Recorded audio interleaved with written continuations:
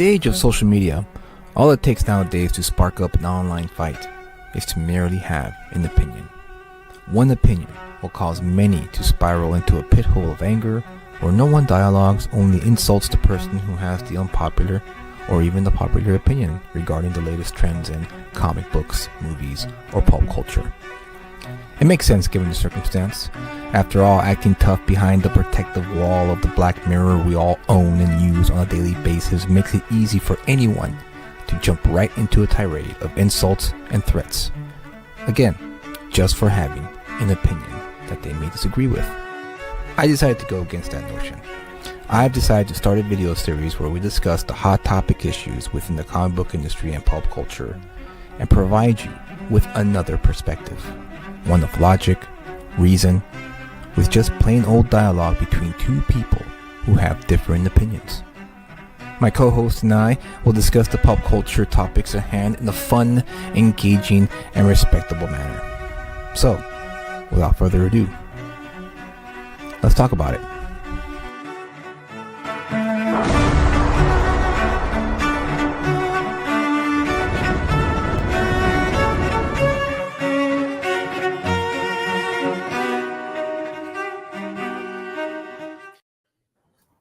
Hello again, everyone. Welcome back to another edition of Let's Talk About It. I'm your host, Julius Freeman, and with me, as always, is the one and only Kyle. I don't know which way I'm facing, so I can never know. I never know which way I face. I don't know if it's mirrored. You know, YouTube does a thing where it mirrors, so I'm like, you point this, in reality, is that whatever. Just do that, then you're covered. I hope everyone out there has had a good week. I hope you guys have been reading comics. I hope you guys have been enjoying comic books. Because, I mean, what can I say? It's the best thing. It's one of the best hobbies available to us, you know? Kyle, how was your week, man? What'd you pick up? How's everything? Pretty good, man. I went on vacation for a little bit and, but, you know, came back for the show. As you know, you can't miss the show too much. But, we went to Las Vegas and had some fun there. You know, I actually won a little bit of money, so you know that's pretty nice. Hey, it's always good to win money to buy comic books, you know, as you do. Exactly. It just fuels the comic books. So I wanted to show off some of the books that I got from the shops that I go to. If you're ever in Las Vegas, highly recommend checking out Red Hood Comics. They're located in Vegas. They have, keeping with topic of today though, lots of graded books. The entire whole store is every single square inch of the wall is lined with graded books. And really? They have a whole whole length of the store of bins of graded books, like you would have for bins of raw books. Wow, really? Yeah, that's it's crazy. Wow. And that's a good. Does he? I mean, do you speak or know the owner or the? Yeah. Okay. No, yeah, he's a good friend of mine, and we actually go to the. Okay. I know him from the conventions and stuff. So is that? I guess the question I want to ask is it business savvy? Is business good? I guess in other words. I mean, I guess he has some pretty big books. I mean, it's not like every single book is graded. He just has a ton of graded books. He has, you know, the normal books that are just regular ungraded stuff.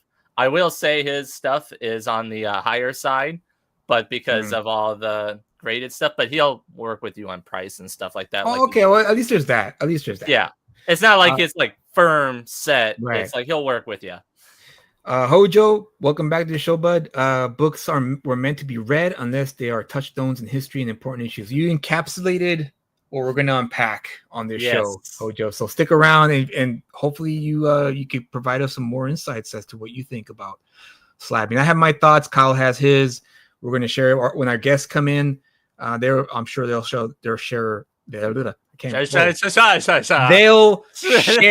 their thoughts on it. There you go. There you go. Got it out. And then the other comic book store, the second one that I went to in Las Vegas, is called Cosmic Comics. And they're a very good store. I would put them along the lines of like our comic book store that we go to Okay. every Wednesday. And they have like really good stuff. They have really good like dollar bin stuff. It's just like a pretty much like all around good store. And they do have some fairly good prices. Those are the good shops right there. That's the kind of shop I like, you know. Yeah, so you pick up some good stuff there. The Red Hood Comics, he's more the higher end dollar stuff.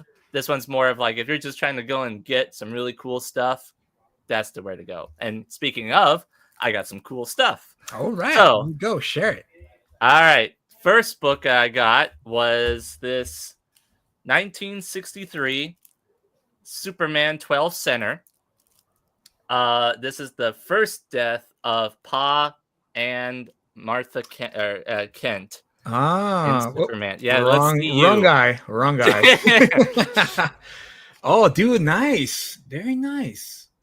So I really liked this one because it was just a cool action shot of Superman, you know, dodging all the bullets and everything, or the bullets bouncing off of him. The artist is that Kurt Swan or is that another artist? I know there's a few famous Superman artists, and I recognize that Superman. I just can't remember the name of the artist. Hojo says Cosmic Comics. I used to go there when I was in the army. Glad to see they're still around. Oh, there you go. So they've been around for a minute. Good. They have been. I talked to the owner before, and they've been there for a year. You know, long time. Yeah. Good. Good. They have like a lot of back stock and really good stuff. What's up, Freddie? So yeah. Anyway, so that was really cool picking that up. Next one I picked up it's a very rough copy, but it is a copy that I would like to have. I'm gonna get one that's a little bit nicer version later, but this one will be like my reader copy, we'll say. Okay. But it's a copy where it's like it's very valuable because of like the backup story that's in it and like a preview, and I really just wanted it because it's a Green Lantern story as well. This is DC Comics Presents number 26, Superman Green Lantern, and what it actually is technically the first appearance of the Teen Titans. Ah, nice, dude. Oh, that's a good one. So yeah, it's like it says up there, the new Teen Titans with Mark Wolfman and all of them. Look at you. Trying to get it without glare. Yeah. No, you got it. So, it looks good. Looks good. But I just wanted it because it's a Green Lantern book that I've been wanting to get, and I saw it there for cheaper than it would be normally because it goes for like, it's not like it's a hugely expensive book, but it's one that's like people like to get, and it's a little higher. Of course, yeah. So I mean, I would consider that a key issue if it's the first appearance of Teen Titans. Yeah, I would say. Yeah, I mean, technically it is because. Yeah, it says bonus introducing the new Teen Titans in a 16-page free comic on the back. Nice. So all right. So yeah, technically it's the first appearance, but I just wanted it because it's also a Green Lantern book. And then the last book, this one was one where it's like, okay, now that I have this, it's going to be quite a challenge getting the rest of the run because everybody wants the rest of the run. But I got it because it had some issues because there's some coupons cut out, but the story is intact. This is Amazing Spider-Man number 51, the second appearance of Kingpin, the first time he's on the cover. Man, you picked up some good stuff this time around. Wow, look at that. That looks pristine. That looks really good condition too. It's nice. It's got some, wear on the sides. Okay. It's not that bad. Still.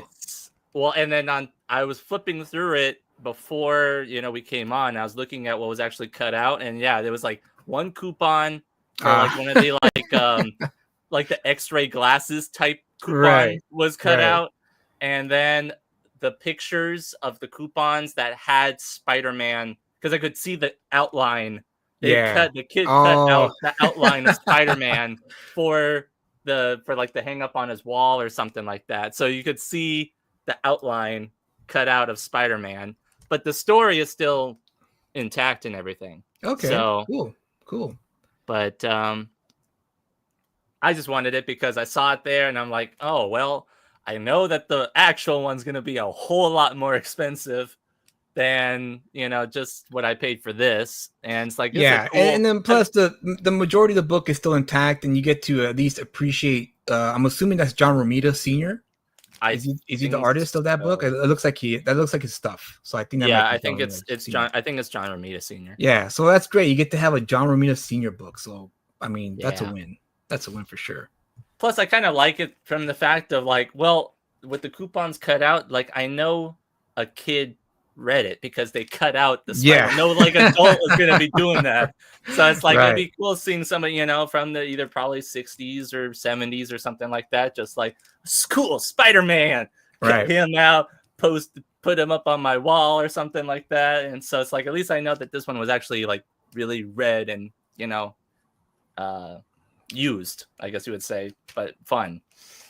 So that's those are some of the big stuff that I got that it was pretty cool. Got some good prices on them as well, so that's always a plus. That was some stuff to add to the collection. And now I heard that you also got some stuff that you usually don't have new stuff to bring out for what you pick up. What did you pick up this week? Well, it's my birthday week. My birthday was on Monday, and I received a really great gift. And hold on, let me just hold on, give me a second here. Let me just get rid of this background. All right, here we go. So I got this for my birthday. Ooh, yeah. Superman versus Spider-Man. Dude, I mean, for like since I was a kid, I always wanted this book, but of course it's always out of my price range. And so for years, this is hard to find a book, right? Because it's reprinting it is like it's a nightmare because it's Marvel or DC who owns the rights, that kind of deal. And it's big too. And it's big too. Yeah, it's huge. It's huge. Yeah. So for years, I would try to find it, and whenever I did, of course, it was always on my price range. And man, look, it's in my hands. It's mine. So great. Yeah, you got it. And you know me, man. Like when it comes to the quality of the books, I don't really care too much about that because I like to read the books. So I'm looking forward to reading this just once or twice, and then after that, it's gonna go on the mantle, and it's gonna be a conversation piece. So I'm excited about having this. So really happy. It made my birthday. It really did make my birthday. It really did. I'm glad about that. I mean, it's a great book. I mean, I'm pretty sure we talked about it, but it's the first time that Marvel and DC crossed over, right? Yes, it is. And so maybe I'll slab it. Maybe I won't. Well, I don't know. Well, we'll see. We'll see. But get into the topic of so we'll get into the topic at hand. But before we do that, I would like to introduce our guest tonight. They have a new book out called Frog G. The artwork has always been amazing. Every time they post art from this book, I think this is their second campaign. I think it's the second book, and they released the first book, I think, a year or two ago. I can't remember.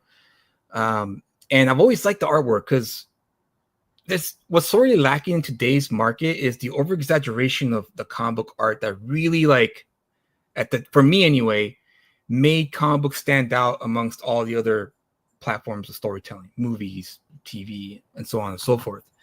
And so now, I mean, the artwork's still great. I'm not saying the quality of art went down. I'm just saying that I wish there was a bit more artists that would just, let's try this out. Let's try this out. Let's mess around. Let's have fun. And that way it stands out from all the other books that are out there. So please welcome to the show.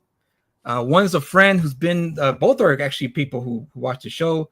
Jason and Inkspots, welcome to the show. Let's talk about it.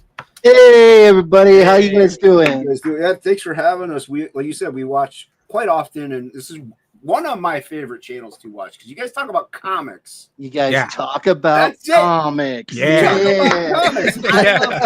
I love comics, and you guys talk about that. By the way, I've been wanting that Superman Spider-Man. It was on. I watched this one channel that does auctions, and they had that on one. I'm like, And it was like, oh, I could bid here or there, and then after that, just the price just went so high. Yeah, that's usually how it goes. I've been wanting that book, man. So great get. Oh, dude, it was seriously like you can't imagine how like I was like, oh, what? That's really? a cool book. That's a cool book. Yeah.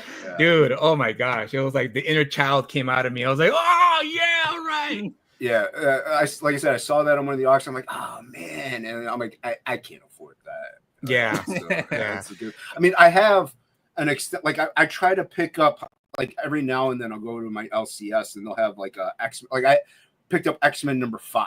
Like I was like, oh, I'll take it, and that was like the purchase for that month.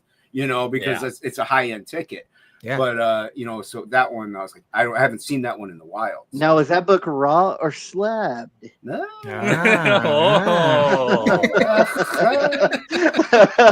Clever segue.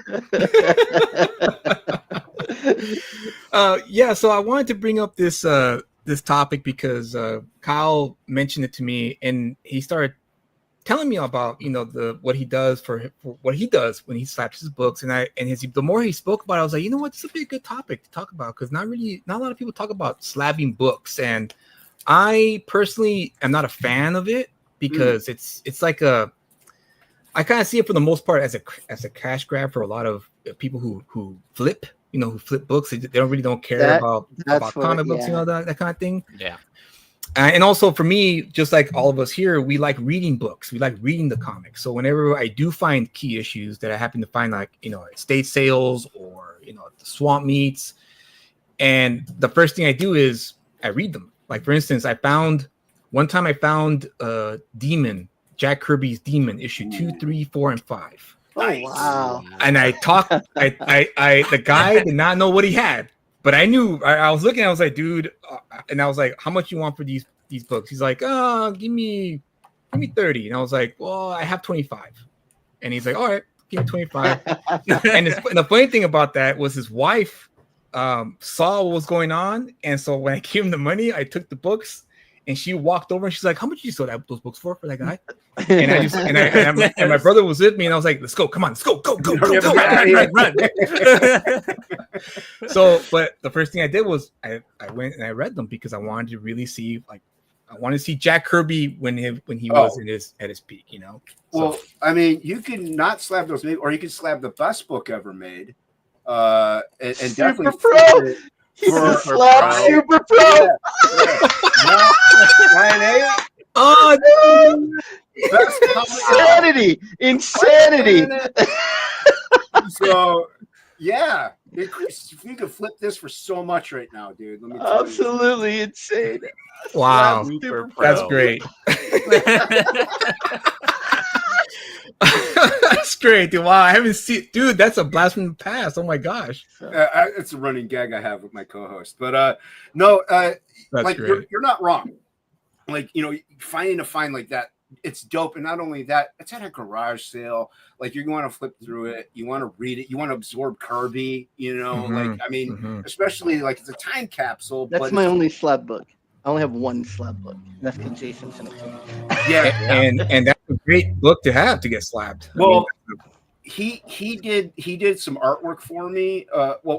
Like, he's the colorist of my comic, or our comic. Sorry, he's the colorist of the comic, so we're friends, and he colors a lot of my work. Okay. And he colored a few pieces, and I'm like, I can't afford to pay him his rate. So I sent him that plus a couple other books. An unslabbed Walter Simonson. He sent me some primo books, man. The first Frog signed by Simonson. Oh, so nice, dude. Nice. Yeah. Wow. Well, and that's the thing. Like, when it comes to this, like, okay, you have the Kirby stuff. It's dope. You read it, you love it, you absorb it. But let's say you were to have that Demon #2 now signed by Kirby. Would you want to like get that slab to preserve it? You're not flipping it. You're not flipping it ever. Yeah. Right. But like I have quite a lot of slab, not a lot, but a few. Like I have a Spawn #4 signed by Todd. It's slabbed. It's not the highest grade ever. It's like a 92.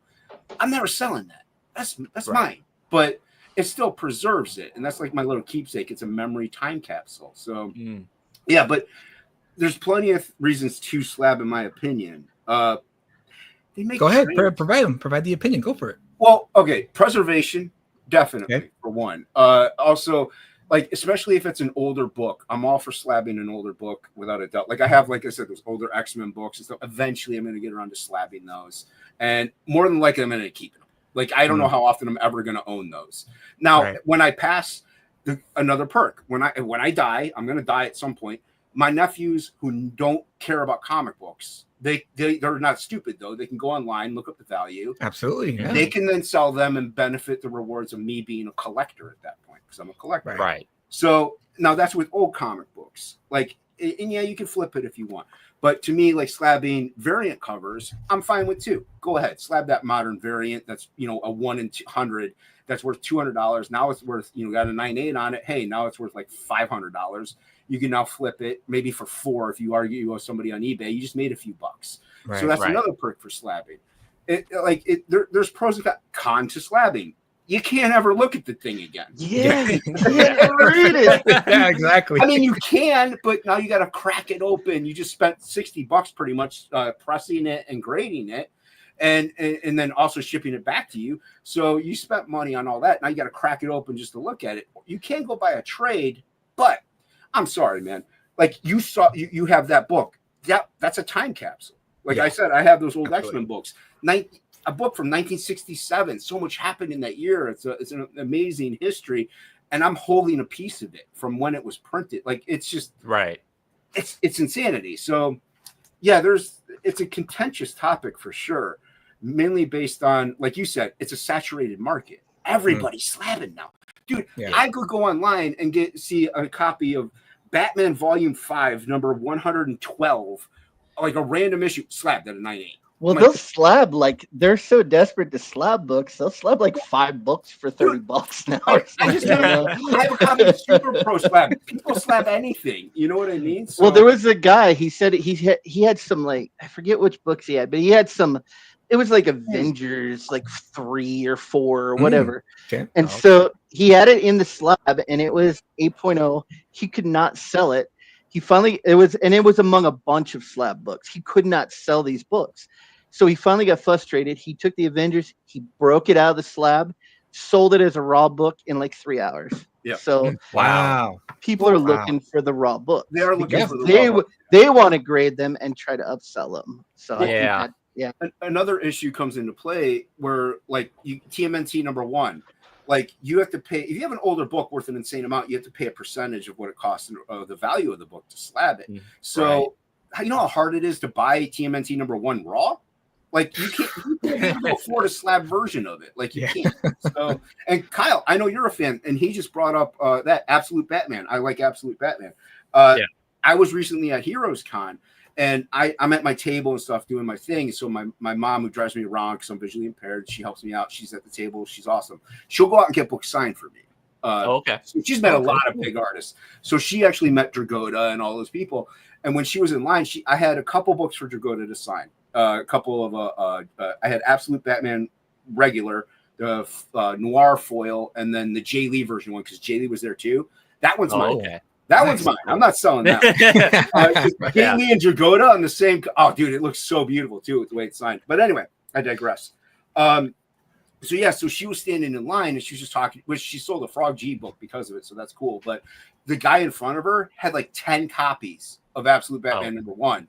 And you know what he's doing. That's what he's doing. He's getting them slabbed, and he's going to flip them later. You can go online right now and find 9.8 Absolute Batman number 1 all day, every day. So now it's saturated, though. Now I'd rather buy the raw copy at this point, just because, and then go get it signed. Like, or just slab it myself and then have a copy, because I'm like, why pay all that money when there's so many of them out there? Exactly. I know. Yeah, that's my major gripe about it nowadays, is that like you said, everyone's slabbing all the books, and in reality, it's like, well, like you mentioned earlier about, you know, a time capsule book. Like, for instance, like this Superman versus Amazing Spider-Man, that's definitely hard to get. That's something that's never going to be, hopefully, never gets reprinted, but it might. And like you said, when I'm long gone, my kids are going to inherit all this stuff, and they're going to be able to do whatever they want with it. And that's what I'm going to tell them. I'm going to just wise them up to it, right? To let them know that, hey, look, these are the ones that you can sell for this much, and then these you could, you know, brush off and not worry about it in case anyone tries to scam you or anything like that. Right. But like for me, that makes sense. The whole I was talking to someone on Twitter earlier before the show started, and he mentioned that he has a Michael Turner signed first issue of Witchblade? Not Witchblade. The other Phantom. I think it was Phantom. Fathom, yeah. And of course, he's not with us anymore. So that makes sense. Yeah, you slabbed a book like that because that artist who was beloved and respected and a superstar is gone. So that makes sense to me to want to slap a book like that. I don't. I've got it, and I don't. People would be appalled by how I keep my comics.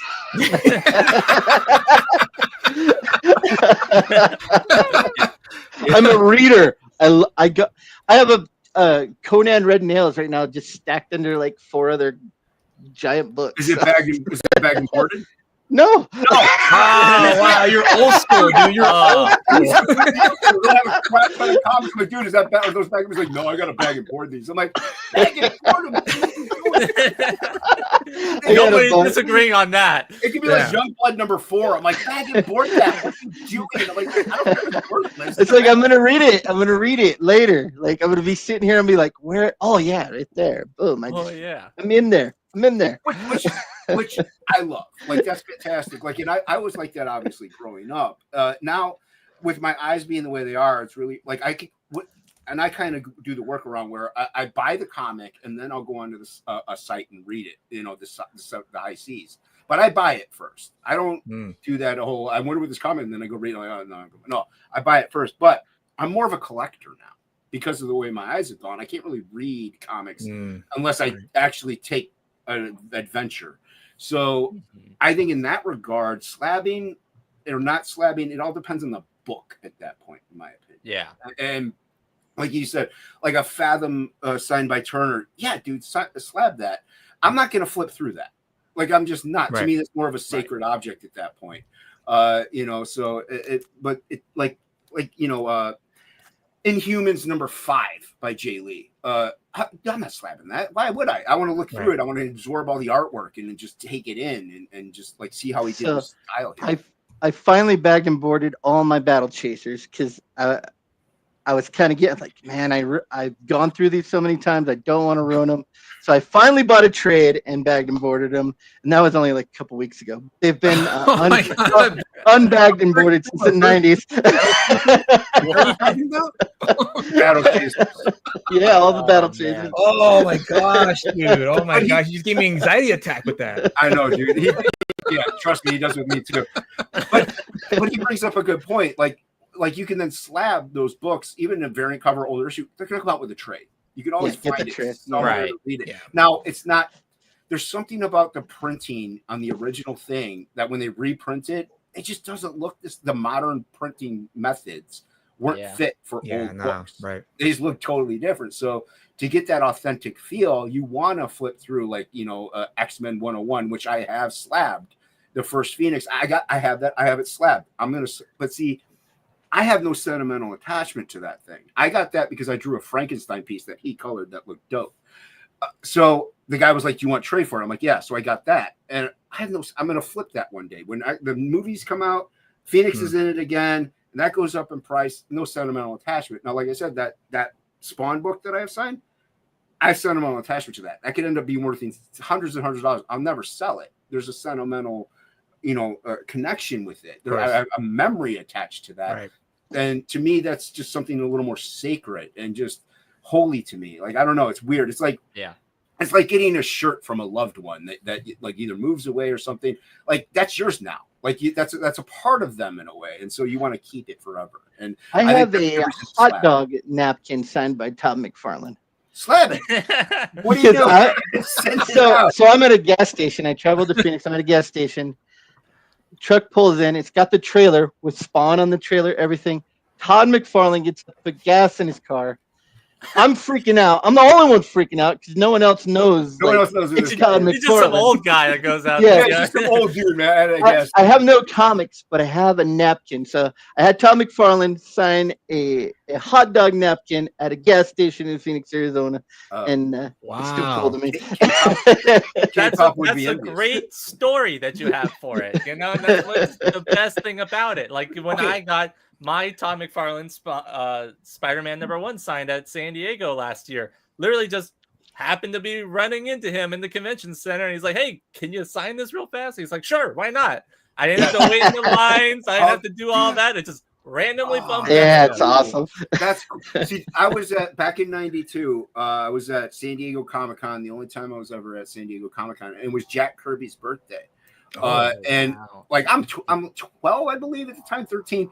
We're walking the floor, and I see Jack Kirby talking to another dude, and I'm like, "Can you sign this for me?" He's like, "Hey, I can't. If I sign that, I'm gonna have to sign everybody else's. Like, I just can't do it." He's like, "I'm sorry." I did shake his hand. Dope. I was, like, even as a kid, I knew who this guy was. Like, I was a Thor collector. Thor's my jam. That's my dude. So I obviously knew who Kirby was. And it was his birthday that year, and that's whenever he cut the cake. Alan Moore gave his speech. Like, that was crazy cool. Wow, that's cool. Yeah, it was really dope. And but I think the reason he didn't sign it actually was when he went to go cut the cake, his wife had to actually help him because he was shaking so much. So I think he was just so arthritic and everything was just acting up that he just couldn't even hold a pen. So that, I mean, he might have been right. If he signed that, everybody else would have to. You know, it would have been a mob. Fair game. Yeah, but that relates to like your your Todd McFarlane story. That's dope that he signed that, man. Like, I'm surprised he actually did that. Which shows you his character with ink, because he signed that napkin, which to me, like you said, that's a great story. He now had, like, that's kind of more valuable in a way than a signed comic that he would just go to a show, wait in line. You know, I was so cringe fanboy. Like, he should have ran away. He just sees you bolting out of the store, just like with the napkin, one end, the 35-year-old man. You're John McFarlane.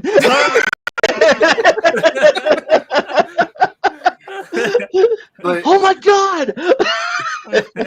But and that's the thing, like the slabbing now, though, and like we've said, it's become so just oversaturated that even in 10 years, are people going to prefer, like, look, I'd rather have the raw book. I would just rather have the raw book, like, no matter what it is. I think like every.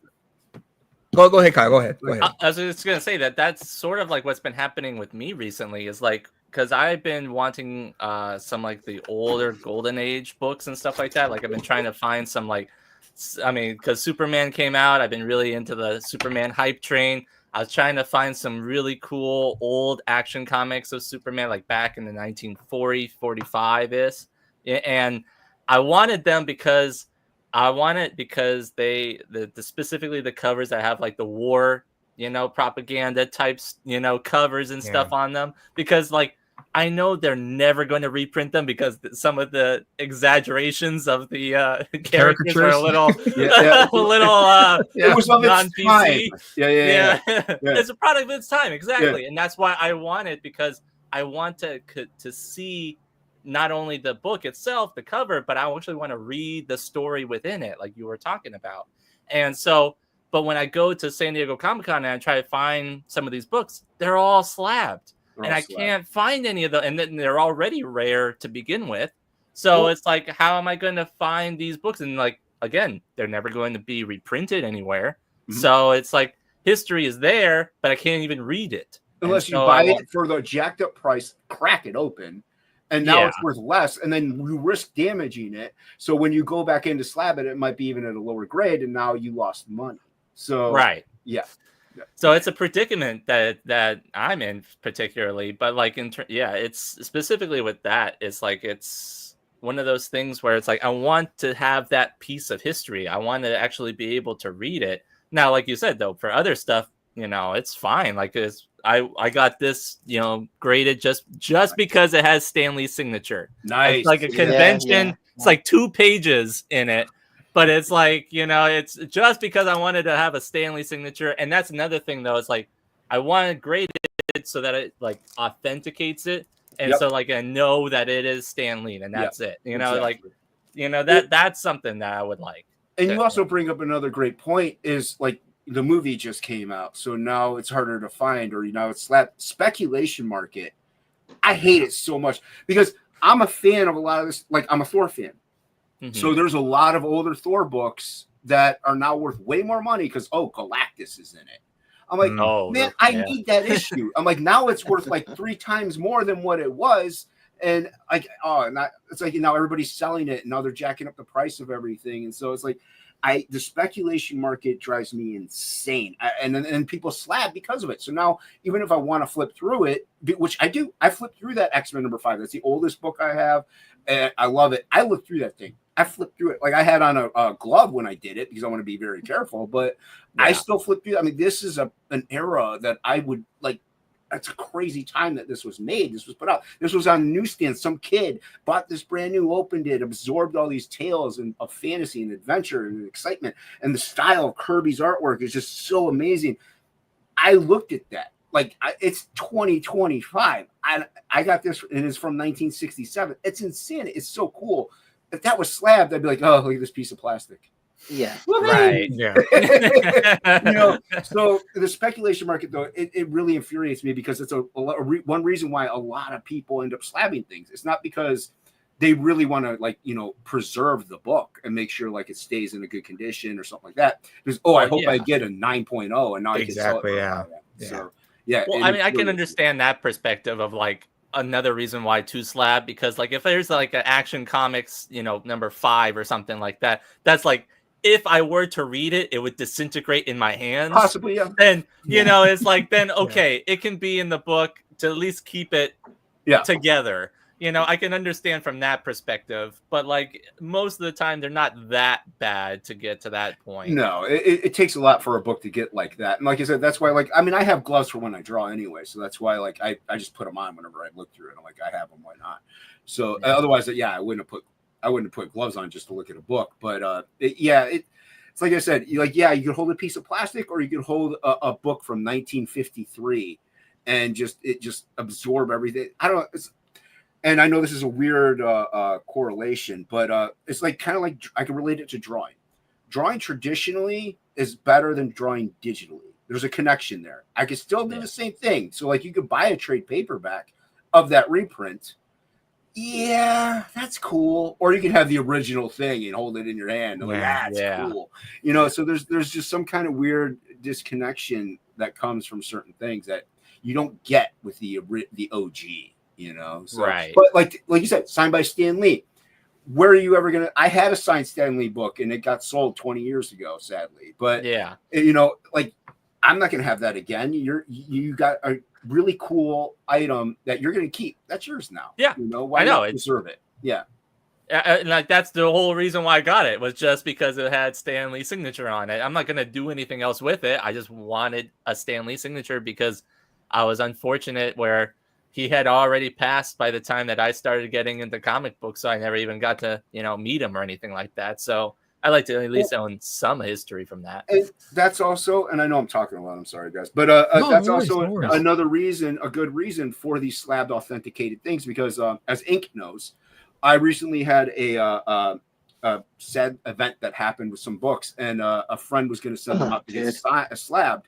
One of them was New Mutants 87 signed by Liefeld, which was my brother's. It wasn't even mine. Really? Brothers. So big sentimental attachment to it.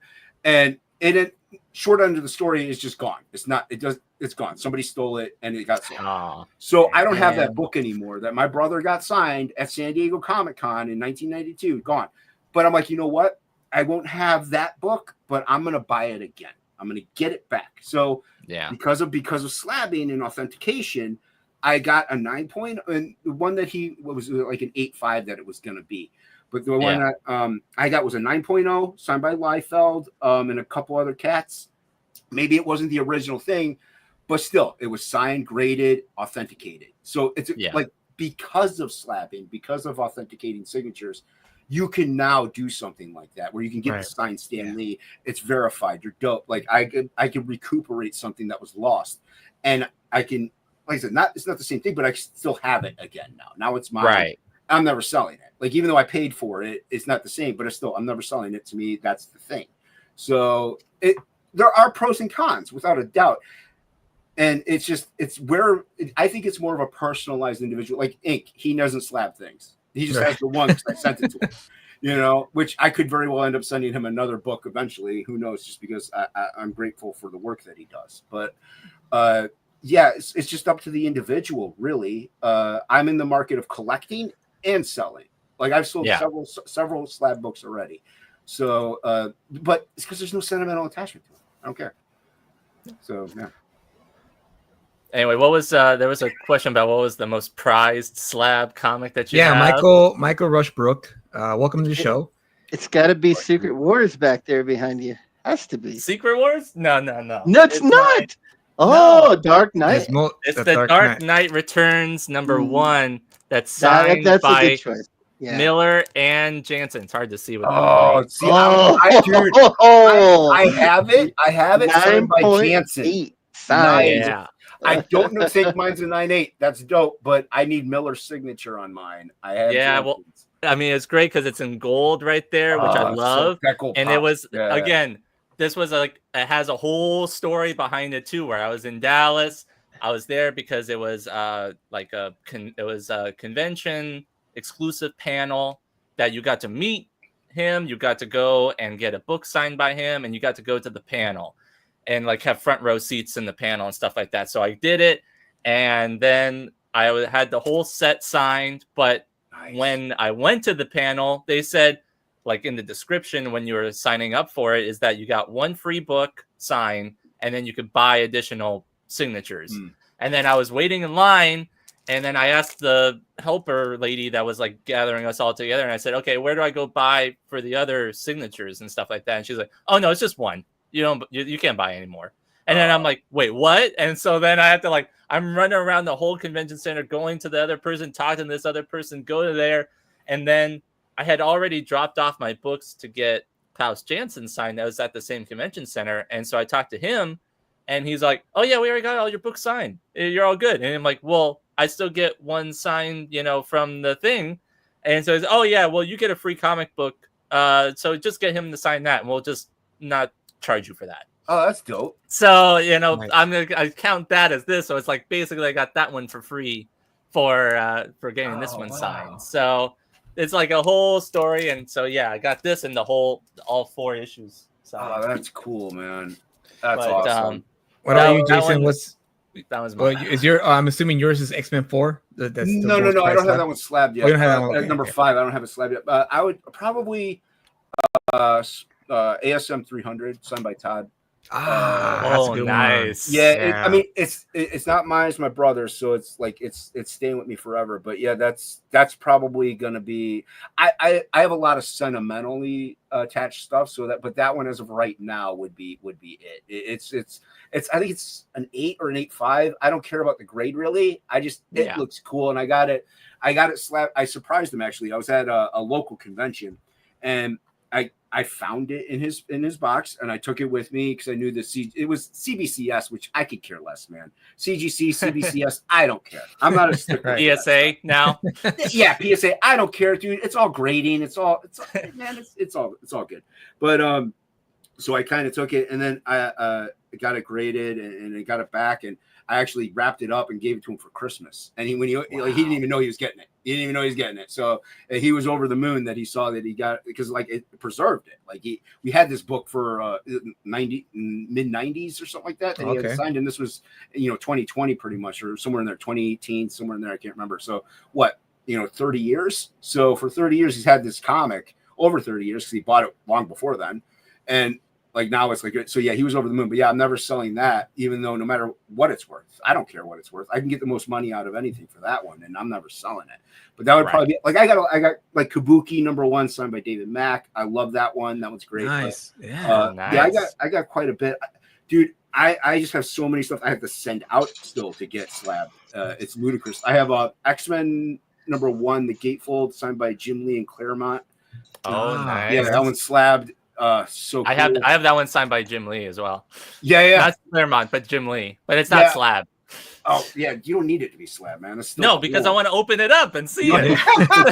Get another copy and open it, man. What are you doing? Well, $400 book. No, yeah, I get it though. But dude, my copy is it's like an 8. That's the thing. A lot of my Slab books, they come back at an 8.85. You want to know why? I read them. I absorbed them. I looked through them. I loved them. That's why I don't mind getting if I were to buy a book that's slabbed at an 8.85, I'm actually happy. Somebody actually read this. Somebody really cared about this book enough to flip through it and absorb it, and just they took it. It got used for what it was for. like that's why I'm like, variant cover, man, 9.8, 9.9, 10. Who cares? Send it out, get it slabbed. No one cares. Like it's a variant cover. It's pretty much a print with a book on it. Pretty much, that's what all that is. That's all it is. Everybody just wants because you're gonna look at the cover anyway. So like, I don't mind that one being in a case because I'm never gonna open it up to look at it. Because it's just for the cover anyway. Exactly. So yeah, that's why like it's a variant cover. I don't care. They look cool on your wall. So why not slab it? And hey, now the other thing is, if somebody does want to crack it open, they have a great copy to look at. So like, hey, I got a 9.9. This thing's minty fresh. Look at this. So yeah, it's cool. Gotta roll it up in my pocket, stick it in my pocket, and let's go. Well, at least with new books now, I do buy 2 copies. If I really like, if I think the book's gonna be worth something, I do buy a reader copy now, and then bag and board the other copies. Doubling up on Wolverine Spider-Man. So yeah, doubles on Wolverine Spider-Man. I doubled, more than doubled on all the Silvestri Batman. The variant covers for that. I have like all the variant covers for one. I have at least 3 copies of every issue and the trade. So I'm all set on that. The Carrie Andrews run on Wolverine Spider-Man is so good. Yeah, I got 2 copies of those, 1 and 2 so far. So yeah. But yeah, that's Silvestri. But that's the other thing, like those variant covers on the Silvestri books, like there's some dope covers that they got there. Like they got hosts, they got a whole bunch of people. I got a couple of those. I don't mind slabbing if you want. I may never even sell them if I slab them. They're mine. Those are cool covers. Like I said, it's a poster, and now in this cool looking little case, with all the info on it. So yeah. Well, that's another reason. Another one that I like to get is the sketch covers too. Whenever I get sketch cover done. Yep. Because then that way I like to get them graded then and there, because that way at least it'll have it dated of like when it was. So that way I like, if I ever go back, I'm like, oh yeah, this was for WonderCon, when it was. And so and think back, I'm like, oh yeah, that was a great convention. I got to meet him, and I got him to do this cover, and it was great. And that is cool because, dude, like I said, back in the past, in the 90s and stuff, I went to so many cons and I have books signed. I can't remember where I got them anymore now. I'm like, I know I got, like I said, unless it's like, Spider-Man #1 or, or Spider-Man 300 or, Divine Right #1 or something like something cool like that.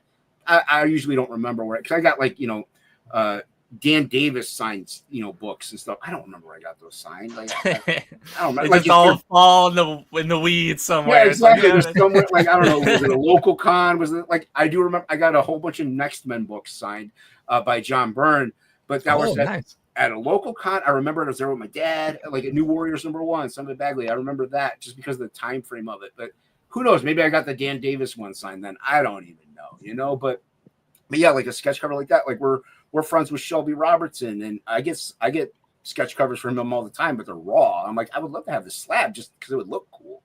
That's another thing too. Is I want them just that way, so I can just like hang them up really nice, and they all look really nice right there. Well, you could even frame slab books, like you can go to Michael's and get a custom frame for them and stuff. It costs a bit more, but if you know what I mean, or you can just hang them up, with like a 3M hook or something like that. They look pretty good, just stacked in a pile. Look great. Those spines look really nice right there. You're crazy. You're crazy. Did you have that Hulk just sitting there? Yeah, just sitting here. I'm just sitting here next to my acrylic paints. I don't know what to do with it. I can't read it. It's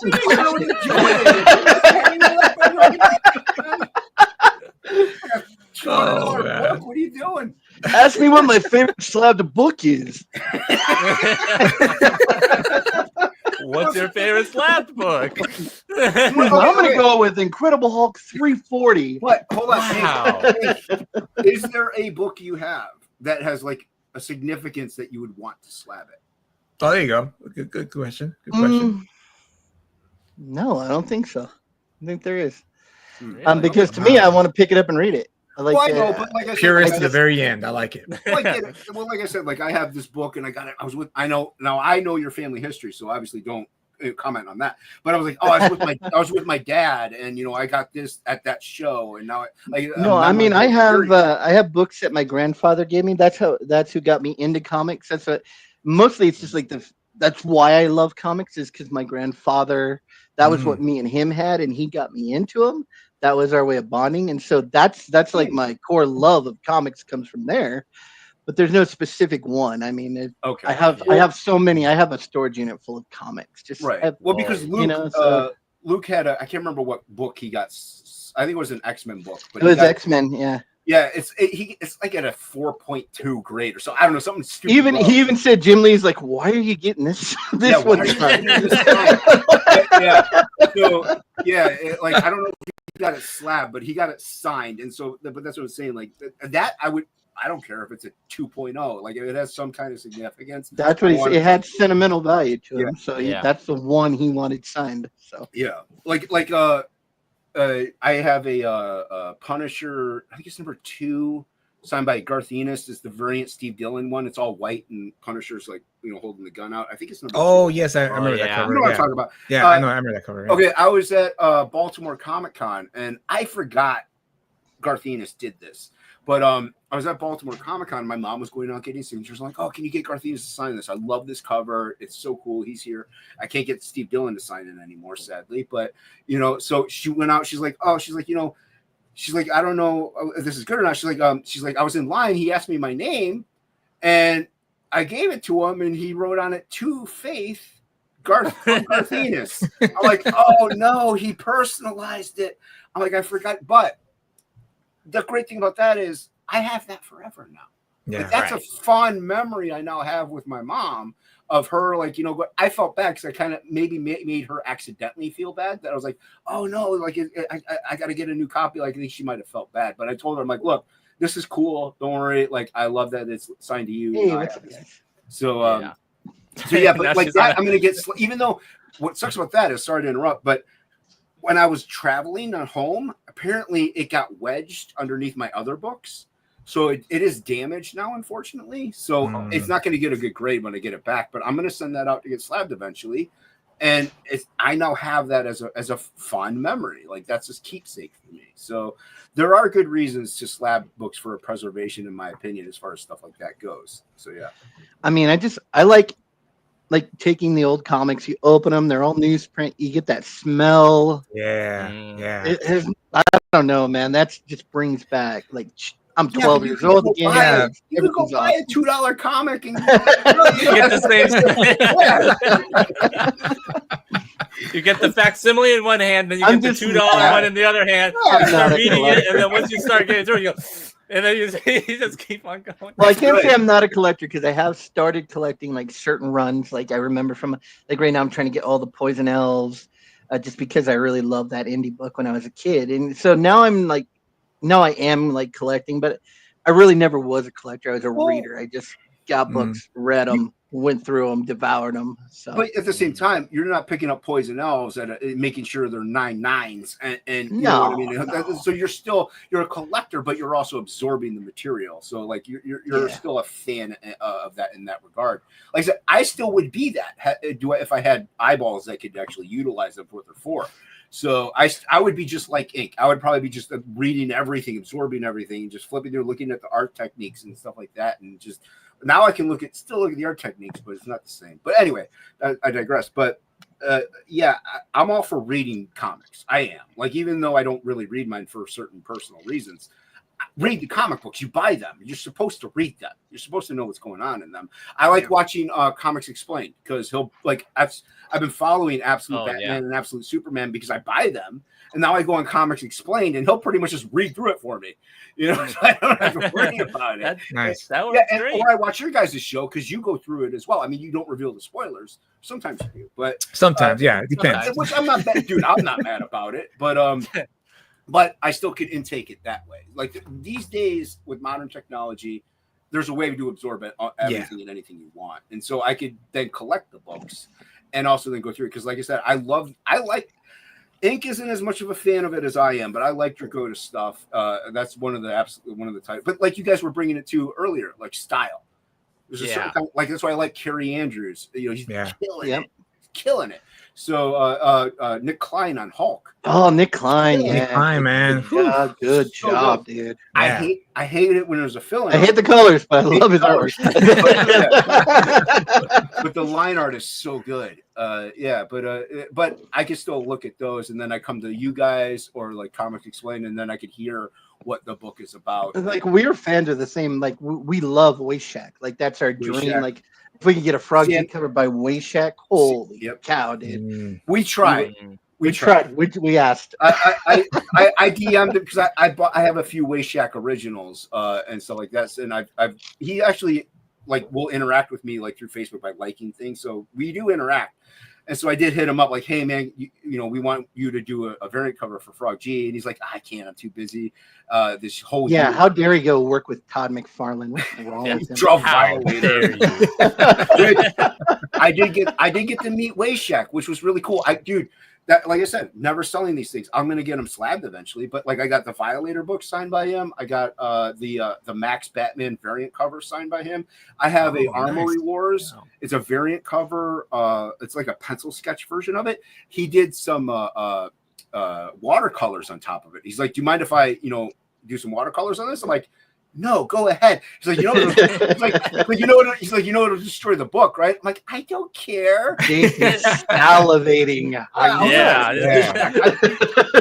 live in Ohio. He's in California. Like, this is like, I finally got to meet Wayshack after all these years, and he even cool dude, awesome dude, came over and even talked to me. Like I didn't have to always go over and talk to him. So really nice guy, but we're fans of Wayshack, and so he knows who we are. So he still turned us down, not because he hates us or doesn't know us, just because he was busy. But like we're fans of his. We're fans of Sam Keith. We're fans of Sienkiewicz. All those weird, wacky, crazy dudes like Holtz, Panosian, Liam Sharp, like style. Liam Sharp. McFarlane. Man. You obviously can't go along with McFarlane and Jim Lee and Silvestri and all the classics, but we really like that just out of the box, dude.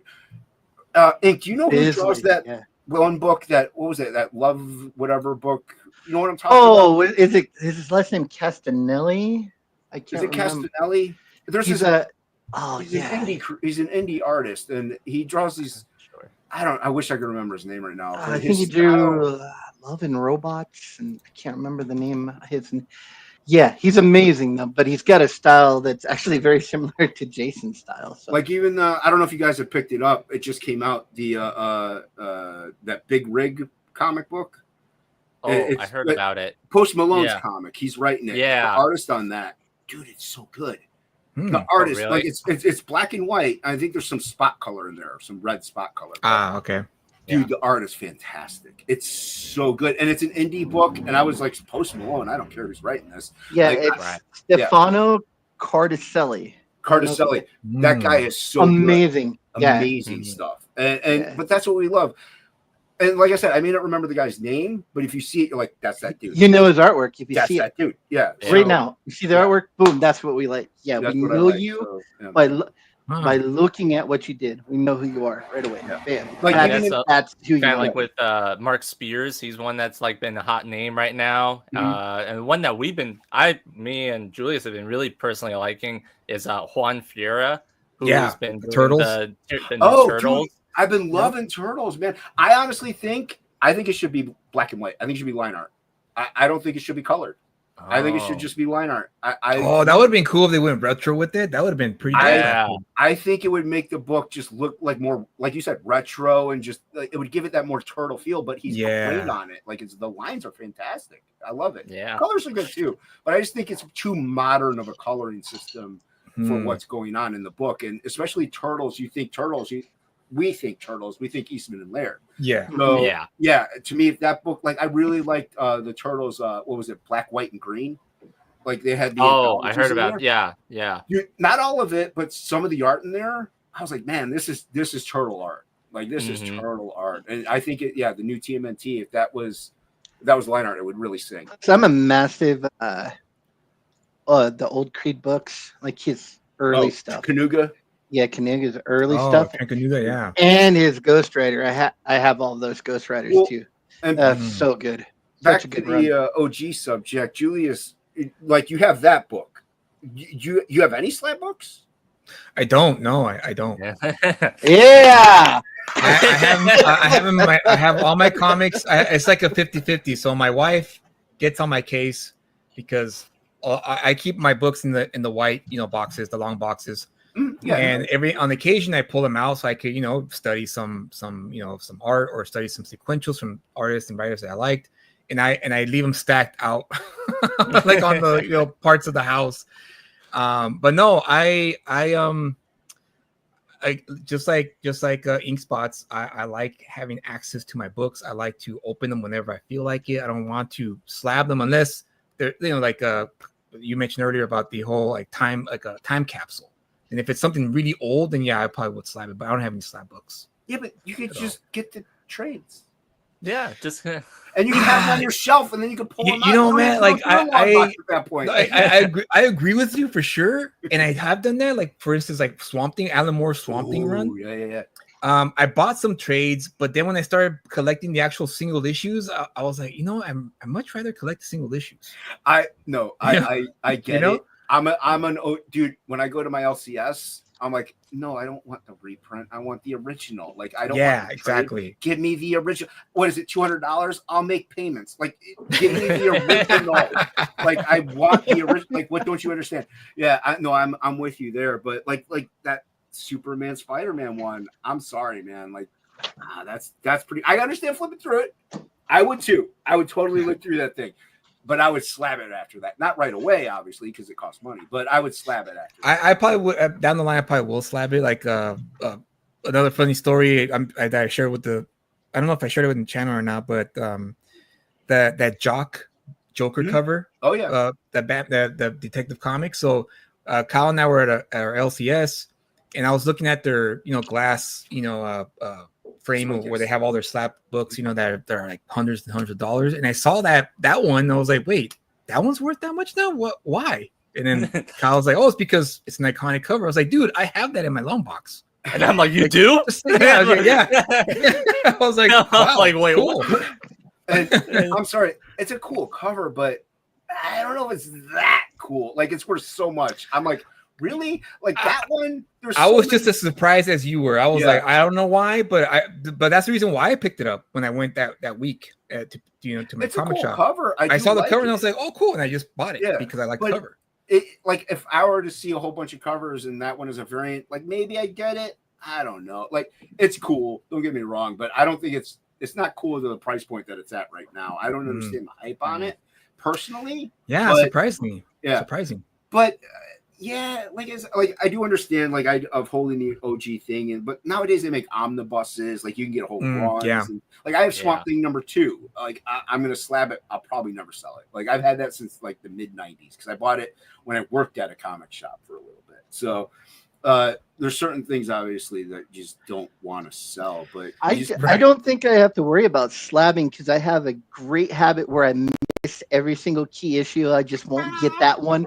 Like, oh, first Deadpool, I don't need that. I've got every issue of New Mutants, but I don't need that one. I don't need it. I'm gonna stop with that one.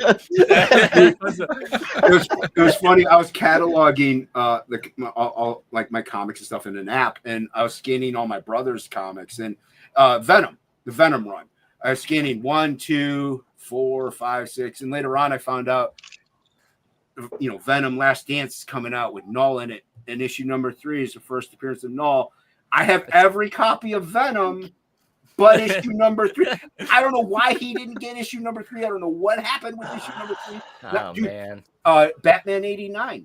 I had that on my pull list on my LCS. I've been going to my LCS for 15 years. For some reason, I went from 88 to 90. I'm like, why didn't I get Batman 89? And I just found it out after I was cataloging all my comics. Oh, I do that on every run. Wow. Every run. That's the first appearance. The key issue. Nope, missed it. Didn't get it that time. They didn't pull it by Yeah. I have a story like that. Everything. Yeah. That happened to me when the Last Ronin came out. Oh no. Yeah. Oh no. I put it up to my shop and it was right there. Right, staring at me, and I picked it up and I looked through it and I was like, "Oh, cool!" And I just put it back and I just kept on going. And of course, later on, I found out that it was a huge hit when it came out. It's a cool book. It didn't compute. It just didn't compute that day. Yeah. Oh no, my shop told me about it. I'm like, yeah, I want it, and I kept nagging them, so I did get that. But they had the hardcover. They had the hardcover trade, which is still pretty cool. I have that too, the hardcover trade. So I almost did it with this, Spider-Man Wolverine stuff. I almost missed it. Yeah, I got wise. I wised up. Every time I go into my shop, I'm like, hey, you Spider-Man Wolverine. I'm like, is a new issue out yet? Because they're famous for not. Fantastic Four. I like Humberto Ramos. I like his artwork.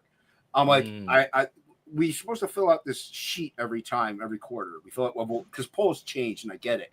So I'm like, I gotta do this again, and it takes me forever. They even let me take it home because they know my eyes suck. So usually you have to fill it out on the spot. And so I was filling out, I'm like, oh, Humberto Ramos, Fantastic Four, check that off, dude. Like months went by. I'm like, hey, there's a new Fantastic Four out yet? Oh, not till next month. Okay. 2 months later, did the new Fantastic Four come out? Yeah, you have the sketch covers. Like, thank you. I want the comic. I want the first.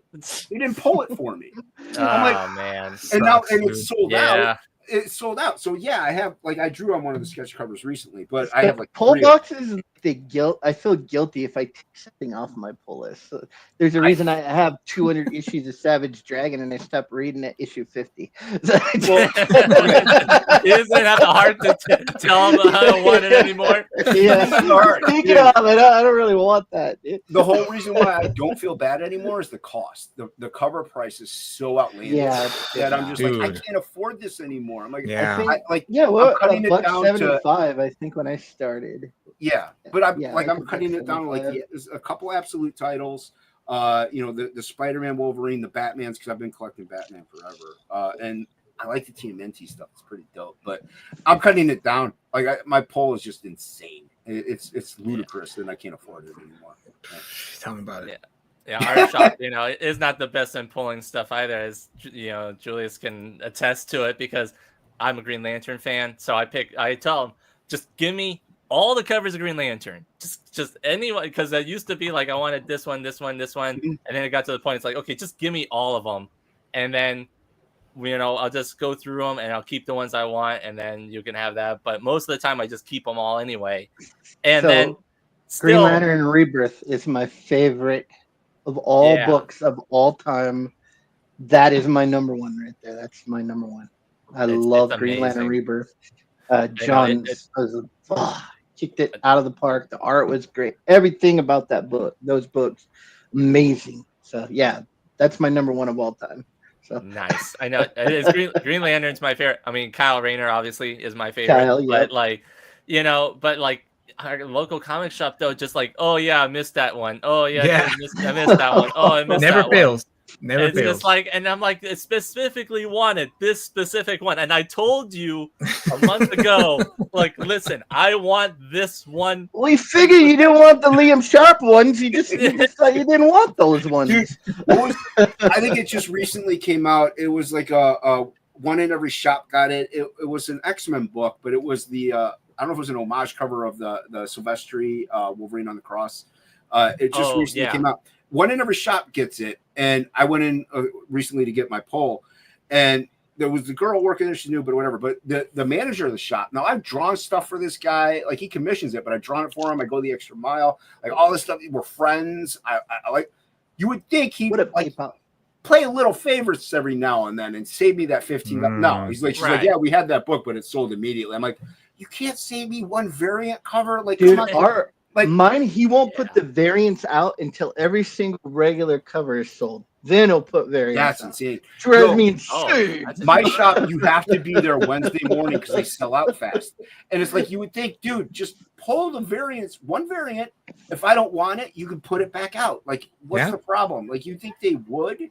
No, I do get the regular covers sometimes, which thankfully. But every now and then I'm like, oh, there. What do you mean there was a Sam Keith cover? He came back after hiding for 10 years. Oh, you don't want to save it for me? Thanks.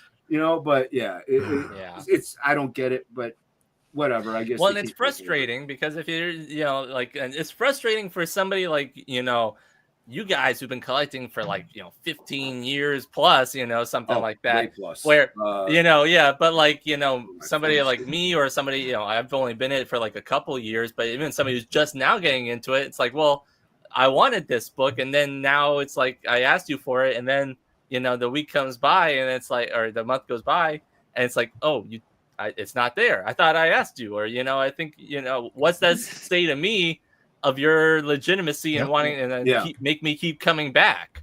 I'm going pretty much all online buying, I think, from Midtown now. Comics. It's a good way to go. Like I've been collecting since I was 10, pretty much, like maybe before whatever, but it's almost over 35 years probably. I've been collecting off and on. It sold quite a bit. You lost quite a bit. So my collection would be a lot more. Like there's actually our dog's terrified of fireworks. This is kind of a tangent. Our dog's terrified of fireworks. So I have these boxes here, but that's normally like up to here because I had to take boxes down, and she likes to hide behind the furnace, which you shouldn't do. So I had to like make like a pyramid barricade in my long box. So she doesn't go behind the furnace or behind the water heater and knock out the pilot light, which she did do. So I had to stack it like so. I have a few long boxes out, but so I've been collecting for a long time. But so when a shop, like, I'm not saying they should play favorites, but you should play favorites. Like, you know what I mean? Time, that's more. If they're a loyal buyer, they spend they spend money. They're kind of a whale. That's how I feel. I spend hundreds of dollars every time I step into your shop. Right. Yeah. They should have every week. Yeah. Maybe I can get a free short box now and then, buddy. Nothing wrong with that. That's good customer service. Well, like we were just on with Bancroft, and like he was looking at the artwork and stuff, and he was like, oh, it's wacky. You guys must be doing all. Like I told Bancroft, like, well, we don't do drugs. Like we don't do narcotics. We don't do it. We just buy comic books and art supplies. So this is it. That's my narcotic. That's my drug. You think so I'm spending hundreds and hundreds of dollars every month on comics? Dude, hook me up with a variant and my poll. Give me that fix, man. I gotta get my fix. So it's funny though. But I mean, I don't even have a pure, comic book store. I mean, it's a bookstore that happens to carry comics, so they don't care. It's not the same as like when we had a real giant comic book store, and like the dude that was running it cared about the books, and he was excited to see the books as much as I was to go in and buy them. So those are the days I kind of miss. I hope we get a generation like that again that's excited about comic books. And that's why I love doing the conventions. And like usually it's middle-aged people coming up, because I saw the original art is where you get most of your big bucks at a con. But every now and then I'll get that 15-year-old, 12-year-old, 13-year-old, and they'll buy a Frog book. I'm like, that's cool. Yeah, that's cool. That I love. And I was at just at a local con last week, and this kid was like he's talking to me about comics. He loves comics. He bought a Frog book. His dad came over. He's like, "Oh, you're talking to my son. He bought a Frog book." Like, it was awesome. It's like, dude, and I even told him, like, dude, your kid's cool. Like, you have a good kid there. But it's awesome when the younger generation comes around, is actually, because you're like, hey, this is a person that's not just buying Batman or Superman or Spider-Man. They're interested in an indie comic. Right. That's dope. That's a true comic fan. Like, they love the stories and the different adventures, and they're like what we got into. I was too young for some of the stuff I bought. I bought Faust like when I was 11. Whoa, for real? Whoa. Yeah, so like you shouldn't be reading that. The shop shouldn't have sold it. No way. What is it? PG-13? Yep. Needless to say, I'm not going to sell a kid Faust, but but it's an indie title, and I was fascinated by it. Like, I didn't know what it was about. Obviously, I just saw the cover with like he looked cool. He had these claws, and he's on this chapter. It's like, well, it's almost Wolverine. It's Wolverine. It's Cal Wolverine. Yeah, but it wasn't. So I'm like, but that curiosity of an indie book appeal, like it's cool to see a younger person be interested in it, because it's not based off of a movie. Like, you didn't see it in a movie. And that's one reason why, like, a lot of people, and I know we're off tangent completely from grading books, but Yeah, well, no, this is the way. Hey, the show's called "Let's Talk About It." That's the whole point. That is the whole conversation. Go anywhere it can go. Yeah. But like, hey, I like the comic movies as much as the next person. I haven't seen FF or the new Superman yet. I've seen them both. He's seen them both, but we're not going to talk about that. But that's gonna get a whole other tangent. Whole other tangent, dude. Sure. That's a whole other 2 hours. But hate one, love one. Yeah. We're not going to go into which one. No. But like I heard other people say, "Oh, are superhero movies dying? Are that kill them?" Let's get it back to the nerds. Let's go back to the underground. Let's get it back to the fandom and to the people that actually love it, that are buying it, not because, oh, Doom might be coming, so let's buy up all the Doom books. Right. Like, I like the Secret Wars, series because it's cool. And that, Secret Wars number 8 might that cover might be in the movie, so I got to now buy up all the Secret Wars number 8s. I gotta get it. I gotta have it because it's Spider-Man. I got 2 copies. If only he had a different inker. Oh, dude. We saw the raw pages, yeah. The pencil pages to that? Zex pages were beautiful. Good. The inker, I am of opinion, the inker on that book destroyed it. He destroyed a masterpiece. I think he personally had a vendetta against Mike Zeck. I think he hated him, and he wanted to destroy his career. You look. Where did you see that? Was it at like the? It was in the collected edition where they had Zeck's original penciled pages. Yeah, they're gorgeous. They're really so good. Inker destroyed Secret Wars. Yeah, find them online, like images of them online, and look them up because you see the pencil pages. Like the book should look like this. Like this is gorgeous. And it was a travesty. I can't believe someone let that happen. It's still a dope cover, though. By the way, it's still that's the best cover. That's a dope cover. Yeah, that's one of the slab books that I do have also that my brother had. So yeah, never saw it. Yeah, what's that one? This one's a 9. Nice. Oh yeah. I did nothing special about it. It was just something that I saw. It was online, and I saw somebody selling it for like fairly cheap, and this was like last year sometime. Hey, so I have a speculation theory about it, my own personal speculation theory about it, because the movies that are coming out are supposed to be based off of Secret Wars. So I think that pose with that might be in it. So most likely that's speculation theory. It's a theory. I don't know how true it is going to be at all, but hold on to that because that might happen. That'll jack up the price. I mean, I just wanted it because it's cool. It's a cool cover and it's Spider-Man and like it's one that like I want to get it anyway because it's an iconic piece. Yeah. But besides that, and it's written by isn't it written by Jim Shooter as well? I don't know. It's been a long time. I think he wrote Jim Shooter. Yeah, he wrote that. Yeah, so now you have something that Jim Shooter wrote that he's no longer with us. So unfortunately, you couldn't get it signed. I know. I mean, we can only hope that inker got diabetes and had to cut his hand. But no, to your point, E-Spots, to your point, you're right. An inker can make or break someone's pencil line. Well, who was it? Coletta? That would who was he the one that destroyed Kirby all the time? I think so. I think it was Coletta. Yeah. Yeah. Just totally annihilated everything Kirby ever did. Yeah. Dude, there's Kirby like covers. Like you'll see the pencil versions, and then you'll see the ink versions. Like, oh, he didn't want to ink this dude, so he just put a building there and blacked it out. Like, it's like, what are you doing? Really? Let it destroy Jack Kirby. A lot of inkers, man, they do shortcuts. So it's hard to find a very good inker. In comics. Yeah, that's why I ink my own stuff. I mean, if Zach would have been around the day, he would have had someone like Miki inking him. Oh, and it would have been because he was such a detailed penciler. And then you got these heavy-handed inkers with brushes. They're just wiping all that detail out. They're like, no, he had hatching there. He didn't have a solid black there. That line wasn't 5 times thicker than what he drew it. Exactly. Yeah. Absolutely. Yeah. You mentioned Jason. You mentioned earlier all these names that you revered. Sam Keith.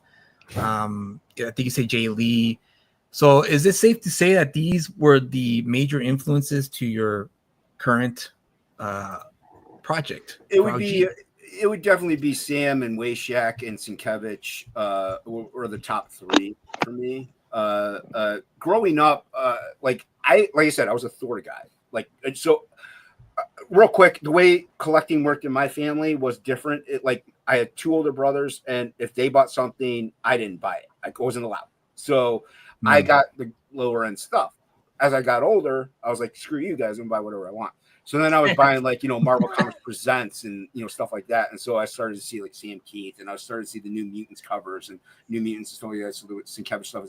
It really inspired me later on. So initially I was a lot tighter, and also my eyes were normal. So I was a lot tighter and more of a Kirby-ish style in that regard, or Ron Friends or something like that. So then I loosened up.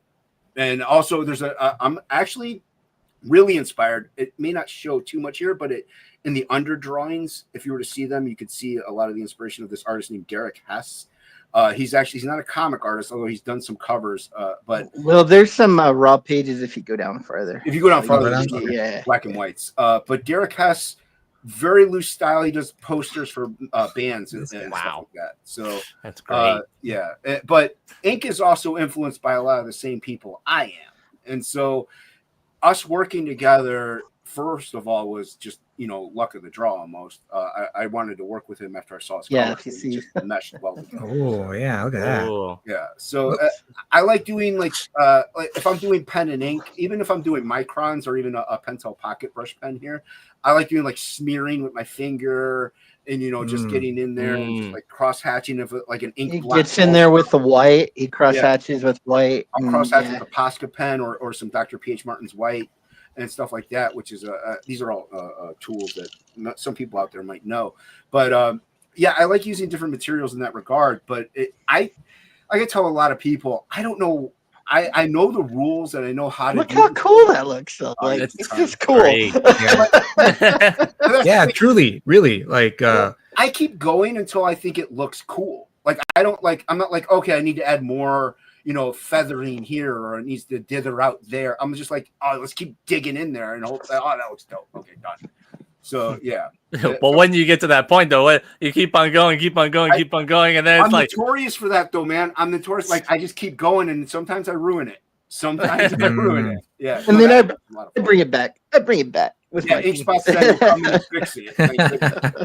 But I've redrawn a page. I've redrawn a page or two because I didn't like it. So yeah. But then, like I said, ink comes in, and that's by hand. That's all. Dude, that's a giant painting. What you do. Enough about me. The colors are dope. Yeah. So this one, he did the octopus in the boat, and he just left the rest for me to kind of go through and paint. So I painted that. That's a 22 by 17 double page spread that's all painted in acrylics. Wow. So it's I kind of bring the fine art part of it too. So does Jason sometimes too. We have a lot of influences. Like we both spend a lot of money on schooling, and so with this book, it's indie. So we're leaning into the indie. Like we want it to look like an indie book, professional indie. Yeah, that's what people tell us. Like mainstream indie is what people tell us. Yeah. Nice.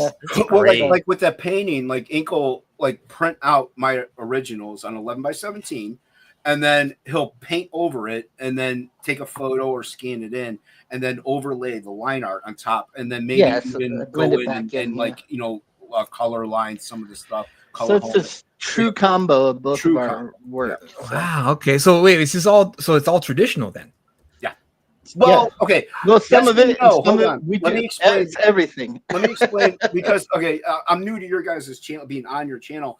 I have an eye condition called retinitis pigmentosa. I'm slowly going blind, and because of that, I work a little digital with the comics. I work a little digital, and then a lot of traditional because I can't see really like some details, some areas. With comics, I want to be more precise, so I tend to do the outline of it. It's no different than doing a blue line. I do the outline of it digitally, like an outline of like an eyeball or something like that, or put in the dot for the pupil.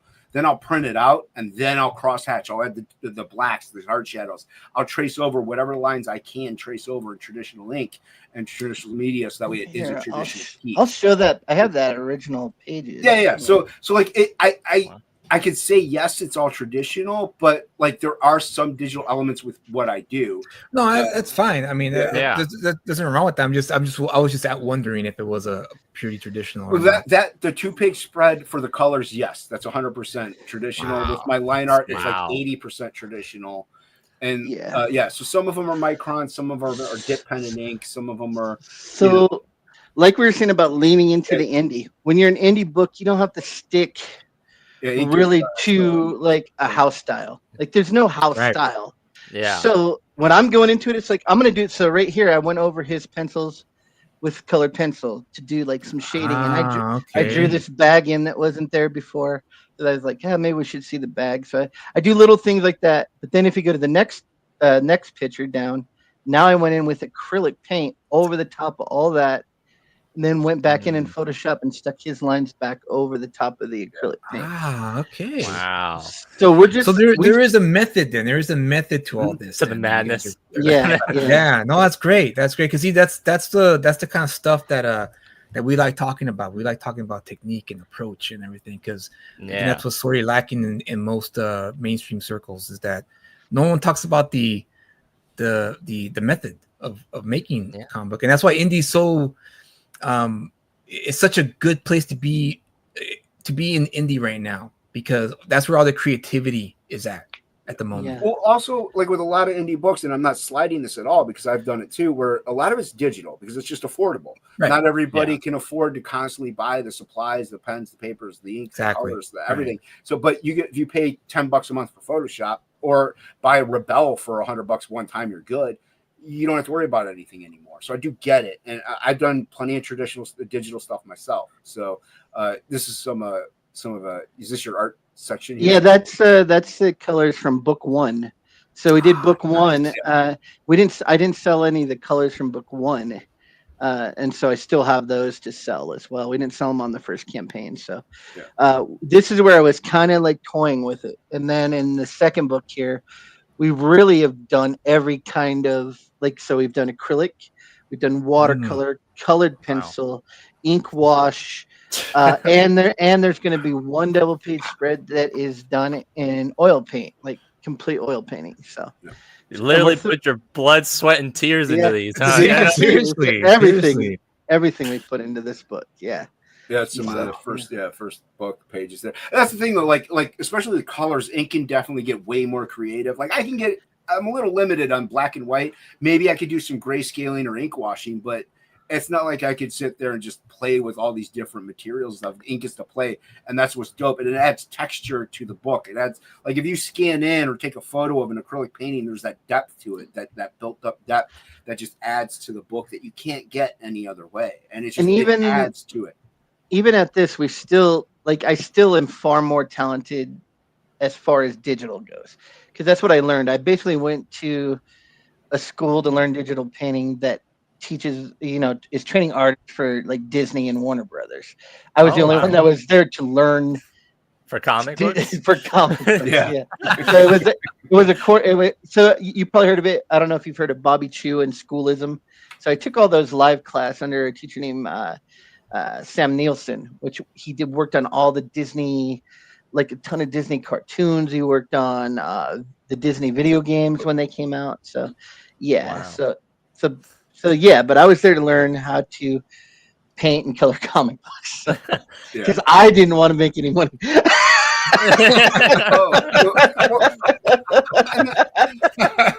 other thing is like it helps maybe to do courses like that and classes like that. But in all reality, like if you want to take the time and save money, you can go online and YouTube and learn for free if you want. It's much cheaper, and I think as far as I feel like I got a better education, because I had to learn certain things on my own, and you have the material that you can just go over and over and over again if you miss something, and so I there's great sources. I don't know that I would recommend art school because I wouldn't recommend Jason knows about student loans he went to one of the best art schools there is, and he's got student loans coming out of his rear end. Yeah.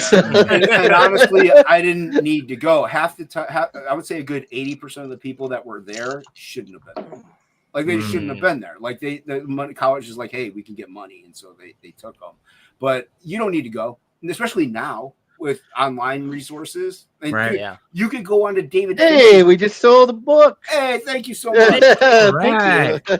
But you can go on to David Finch's channel and learn some techniques. You know what I mean? Like, there's so. No, you're right. That's true.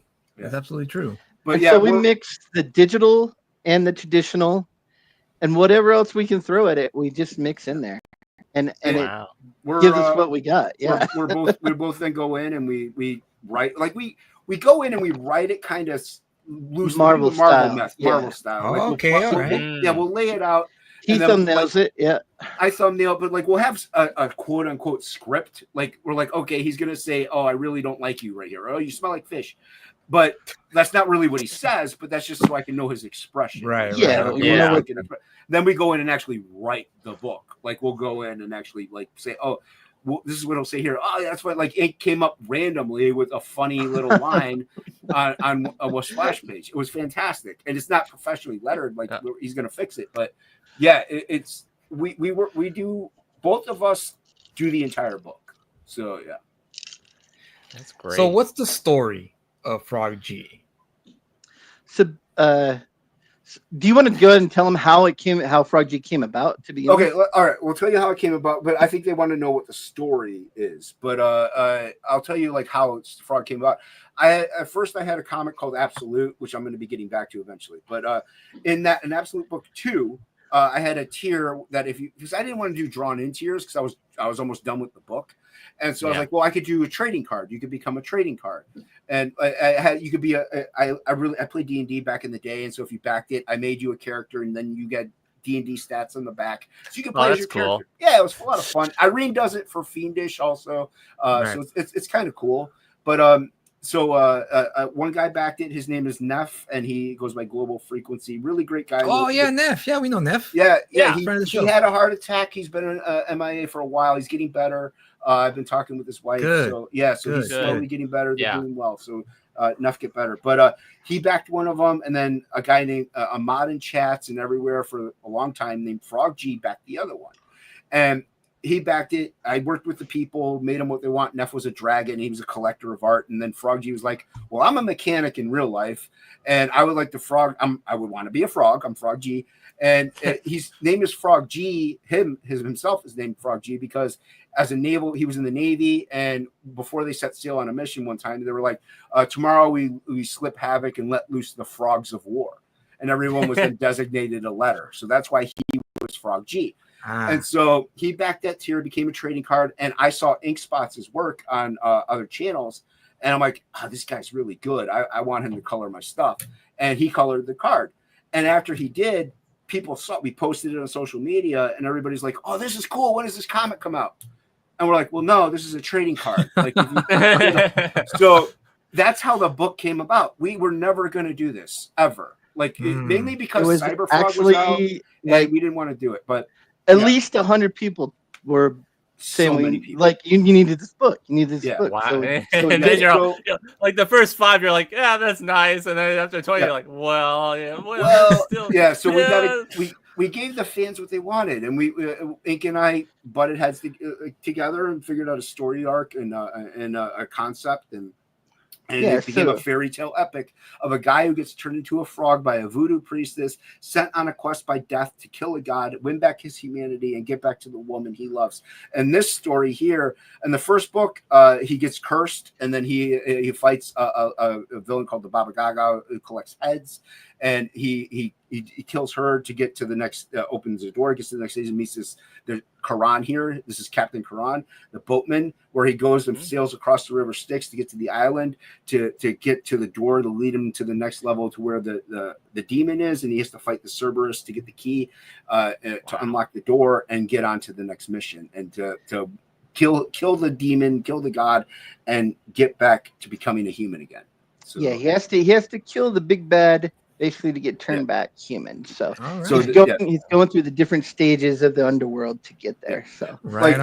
All right. Yeah. So when we collaborated together, Ink was like, hey, let's make this like a fantasy thing. He did a lot of research and looked up a lot of myths and stuff like that. So like the Baba Gaga was a mesh of, it was obviously the Baba Gaga. Yeah. So we even use the devil, Morningstar, but we've meshed him with other characters. So we take every character, like if it's a deity, we'll take 3 or 4 of them and push them together, make something new out of it. Yeah. So like I said, like we have a Karan here, the boatman, but he's an anglerfish.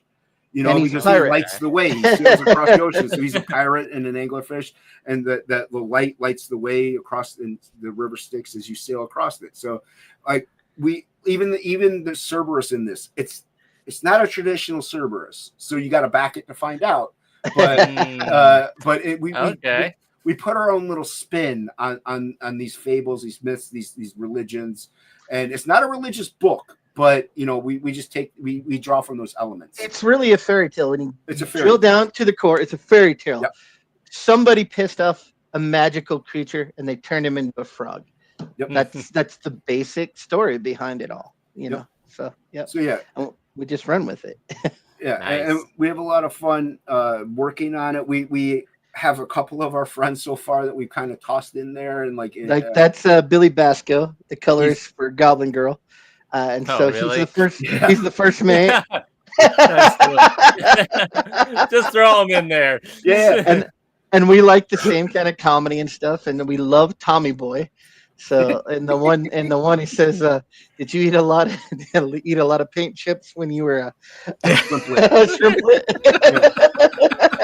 Like even in we kind of do that. We pay homage to some of our favorite. Like in book 1, Frog G walks into a room and he says, "Oh, nice place, lots of space," which is from Batman. Like in Batman, Joker and Bruce Wayne walk into what's her face's Vicky Vale's apartment. And he's like, "Oh, nice place, lots of space." So it's just we do stupid little things like that. Like we think are little nods to things that if somebody catches it, great. If not, that's fine too. You know. Yeah, but, that's cool. Yeah, that's cool. Subtlety is always key. It is.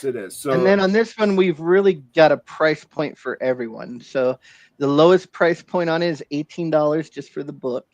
It's 56 pages. 48 of it. pages. 48 of it are the Frog G story, and then 8 pages of it are supplemental that our friend Adam Hock drew.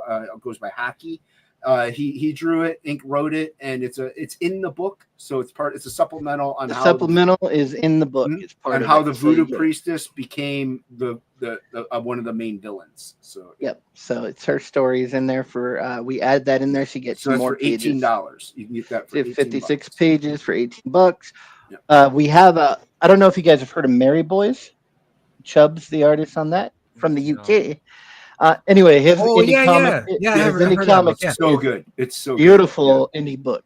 We had him draw the variant cover for this. We're both big fans. Okay. We're both big fans. Yeah, they're coming out with a new book, right?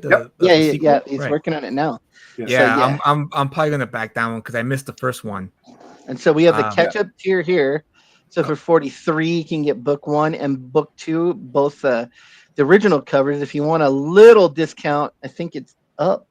You can get Frog G1 with a variant cover because we have more variant covers left than we do original. With that one also, that's the one where we pick the variant that you get. Like, and there's an Irene cover in there. Who did Fiendish? Fiendish. Okay. And there's a Dan Plagle from Goblin Girl. Well. Now you can add on which one you want. So if you want to back so if you want to back like the main cover or the Carl Star, the variant cover, you can add on your choice of the variant. If you don't, but I think it's a little bit more if you get to pick which one you want. And we have a retail bundle where you get 5 books for I think it was $72, which is a pretty good deal if someone wants to split the cost. So original art. We have sketch pages cards. The pages from the supplemental that's included in the book, which we did sell when Hockey sold a page. Oh, nice. Oh, wow. Hey, way to go, Hockey. Well, and this is the thing, like we lowered the price on the book on purpose. The economy's not the best, and we know that. So like you had a cat on earlier. I was watching it. And he did a 48-page book at $25. To me, that's fine. If the quality is there, I don't see a problem with that. This could have been very well $25, and the book 1 was. But the economy is the way it is. We're just like, you know what? We're going to reduce the cost on this. We're going to help people out. We do all the work ourselves, so we don't have to hire somebody. And that's the other thing.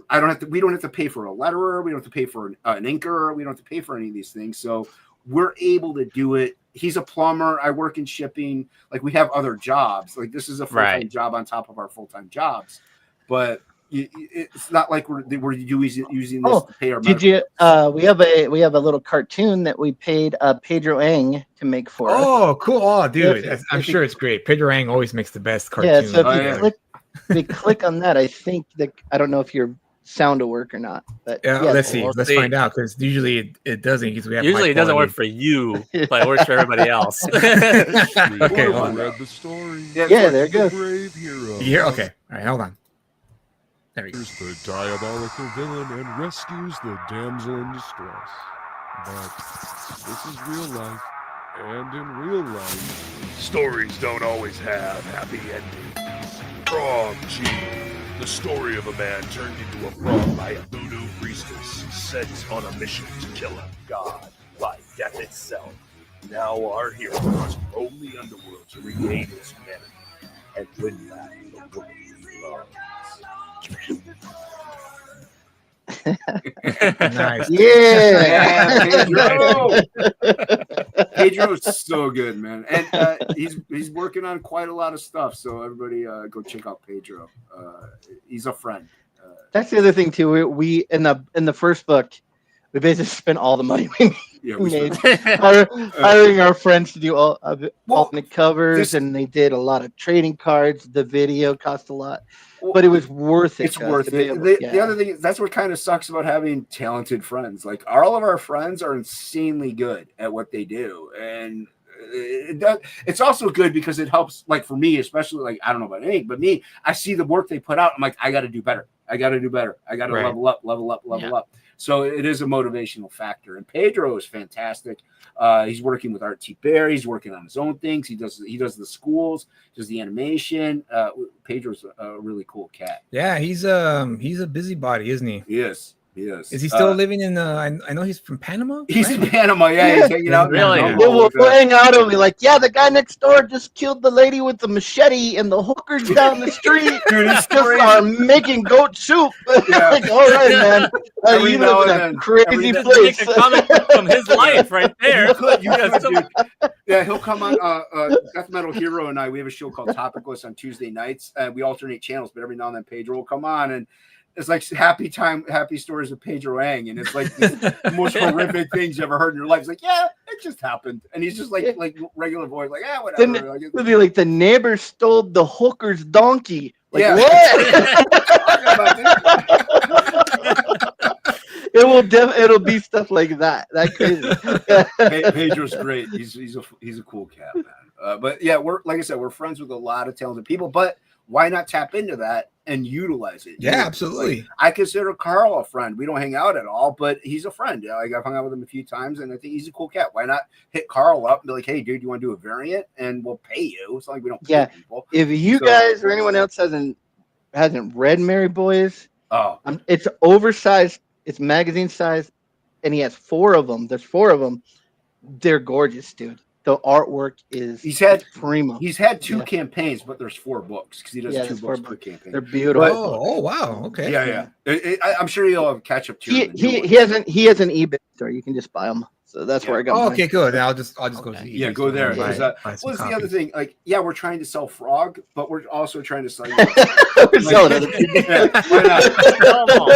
But this is the thing. We love this stuff. We want people to intake as much of this cool stuff as you can. Like, hey, this is going to be live for 60 days, and after we funded the first day. What more could we ask for? Yeah, is that Bancroft bump, man? That Bancroft. Yeah. Well, he definitely helps a lot of people out. He's a great channel. He's awesome. Yeah, I'm glad that there's still people out there that are helping creators, get out there. Like you guys, we appreciate it, man. Yeah. So it's like you kind of got to go out there, especially in this economy. Like our first book, we did 8,000 the first day, but it's not the same. It's not the same scene. It's not the same scene. Atmosphere. It's different. Like people don't have money. The economy's bad.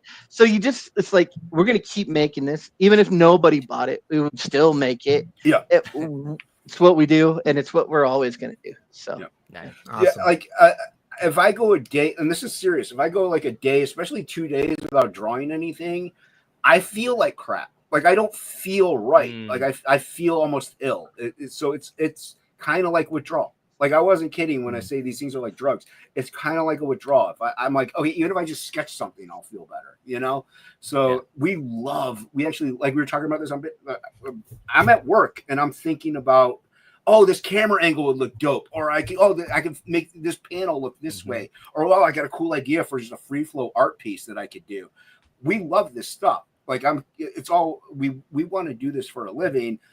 Will it happen? Hopefully, but hey, we'll work full time until we do, or maybe I'll go blind first. I don't know.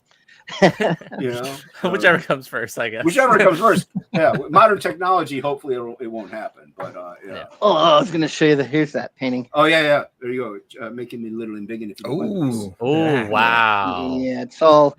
I mean, it doesn't do it justice on camera usually, but it's pretty rad. Yeah, it's all by hand. Great. Yeah, I mean, compared to the picture you have on the page, this is a lot. You can see a lot clearer in this one here. Yeah. Wow. Yeah. So it's all painted over, and then I lay his line work back on top of it. So how long did it take you to do this double page spread? I think this one took me a week, and this sold right away. This sold right away. Like it sold. Wow, dude. Yeah. I mean, a week. That's impressive for a week. Yeah. Yeah. Wow. Yeah. I mean, it was in little bits. 3-4 hours a day, 5 hours a day. So that is what's fortunate. Like the line art's done. Ink is over halfway done with the colors, but he's also quick. Yeah. So we have it won't take long. Oh, I love that page. So that's much. clean. Dude. I love that real page. Clean. Yeah. Like we have, that's and then great. I really like this one too because the purples and the oranges. Yeah. Wow. Look at that so one. Good. So Well, the first ones are not. They're not as clean, but I still like them. Like, cause you have that. I think I was still kind of figuring out how to put the paint on the board because the board's so smooth. On these, I put like a rough surface down to paint over, and it made it easier. But at first, bristle board is so smooth; it has no texture. So it took me a bit to figure out how to paint on the comic pages. So I see. Yeah. Wow. And then there's a goblin girl. I did. Yeah. There you go. Well, that's the thing. If you back the tiers with these colored pages, you get the line art with it too. So, yeah. That's amazing. Wow. Again, it's one of those things where it's.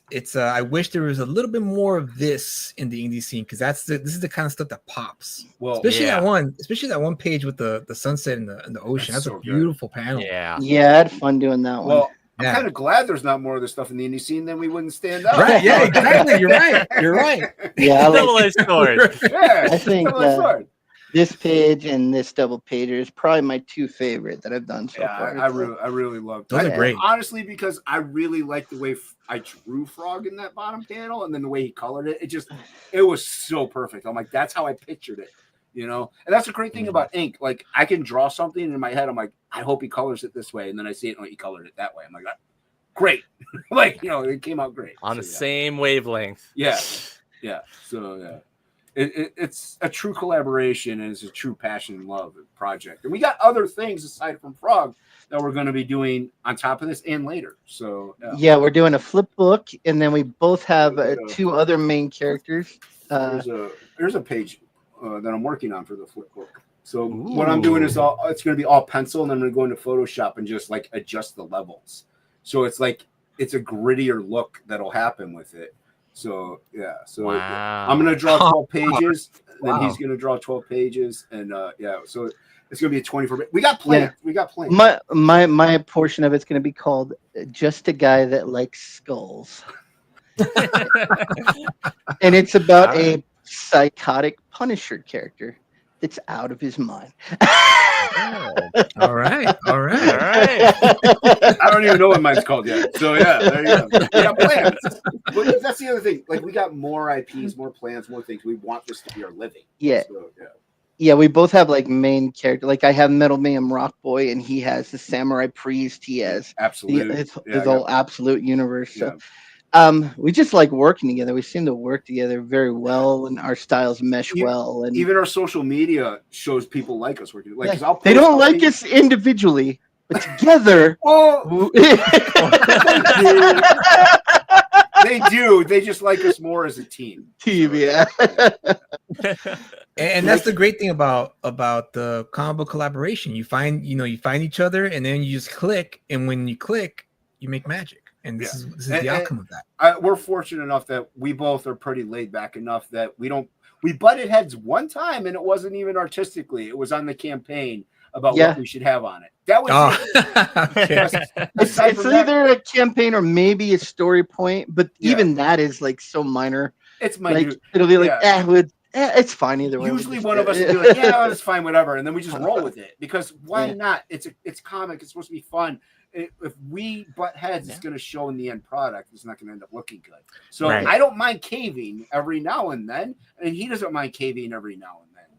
So it just works that way, you know, and that's the way it should be. Like, don't have a huge ego. You know, it's fun. Let's have fun. Yeah, absolutely. Yeah, let's have fun. I mean, 100%. that's the whole point, you know, the whole point. Comic books. And then you get it and you slab it.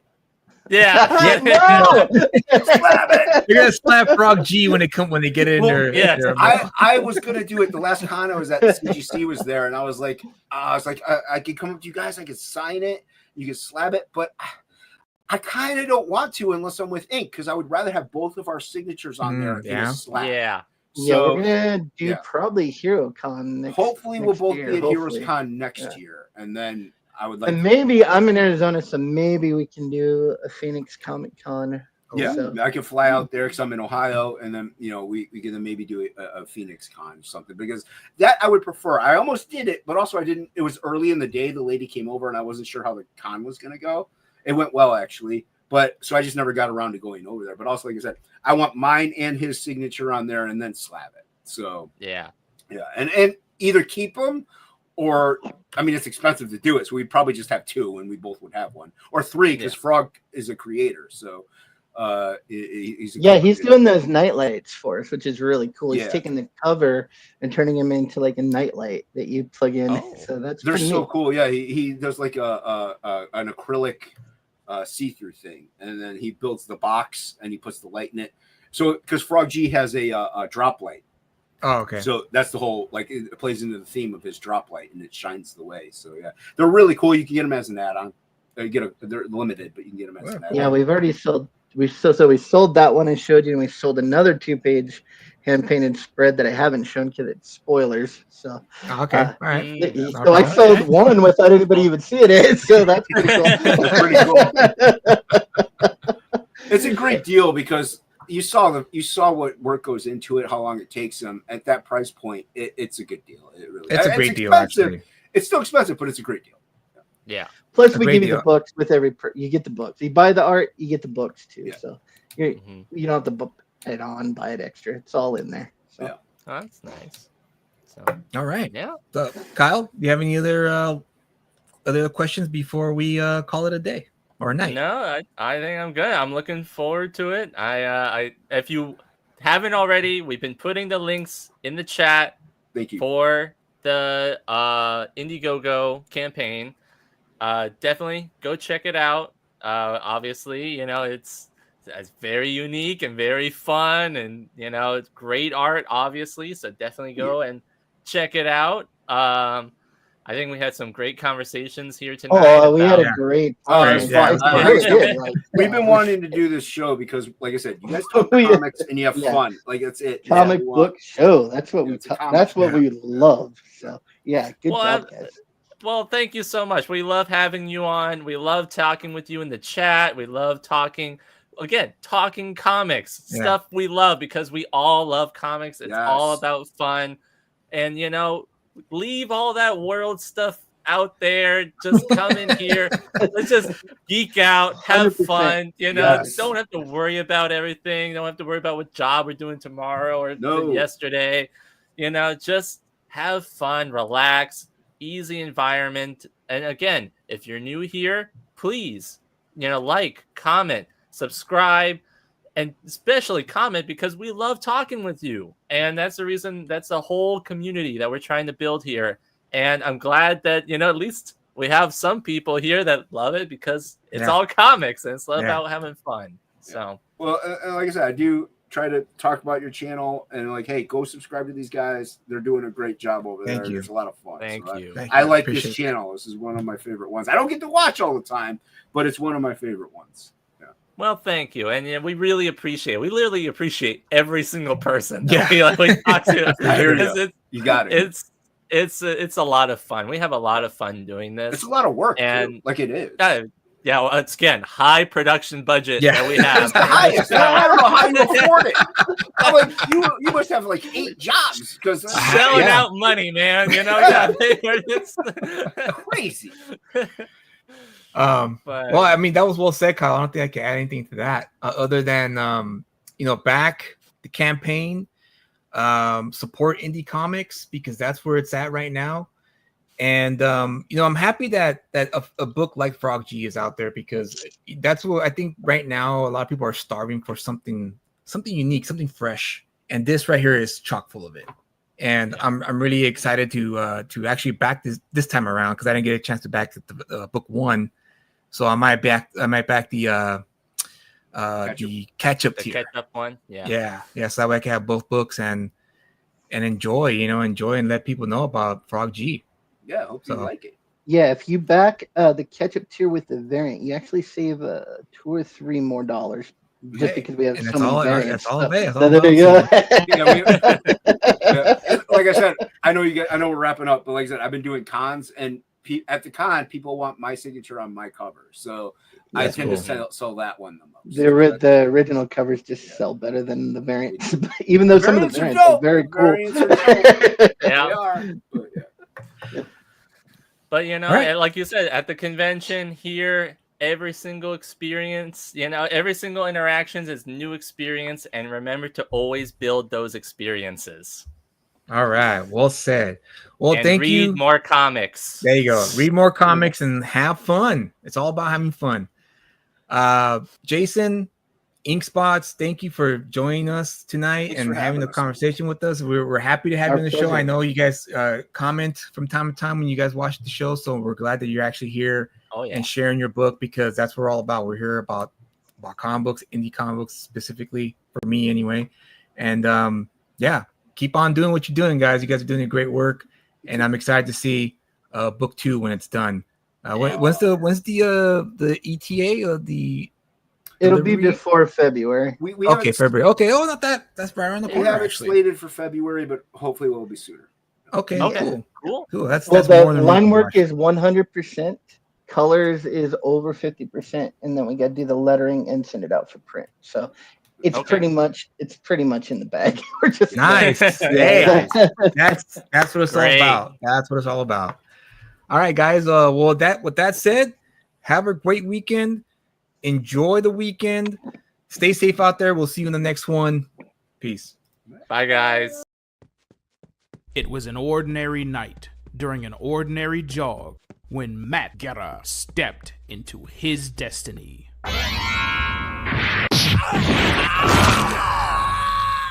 Using his Jeet Kune Do, Matt teaches would-be violators that the cost of crime is too high for them to afford. But little does Matt know, his act of bravery has run afoul of Los Valientes, Orange County's most notorious street gang. The head of Los Valientes, the mysterious Dreamer, decides to make an example out of Matt. And amidst a brutal game of tit-for-tat, where anyone could get caught in the crossfire, Matt Guerra must bring an end to Los Valientes' wave of crime before his loved ones pay the ultimate price for his heroism. Matt Guerra is the Ghetto Dragon.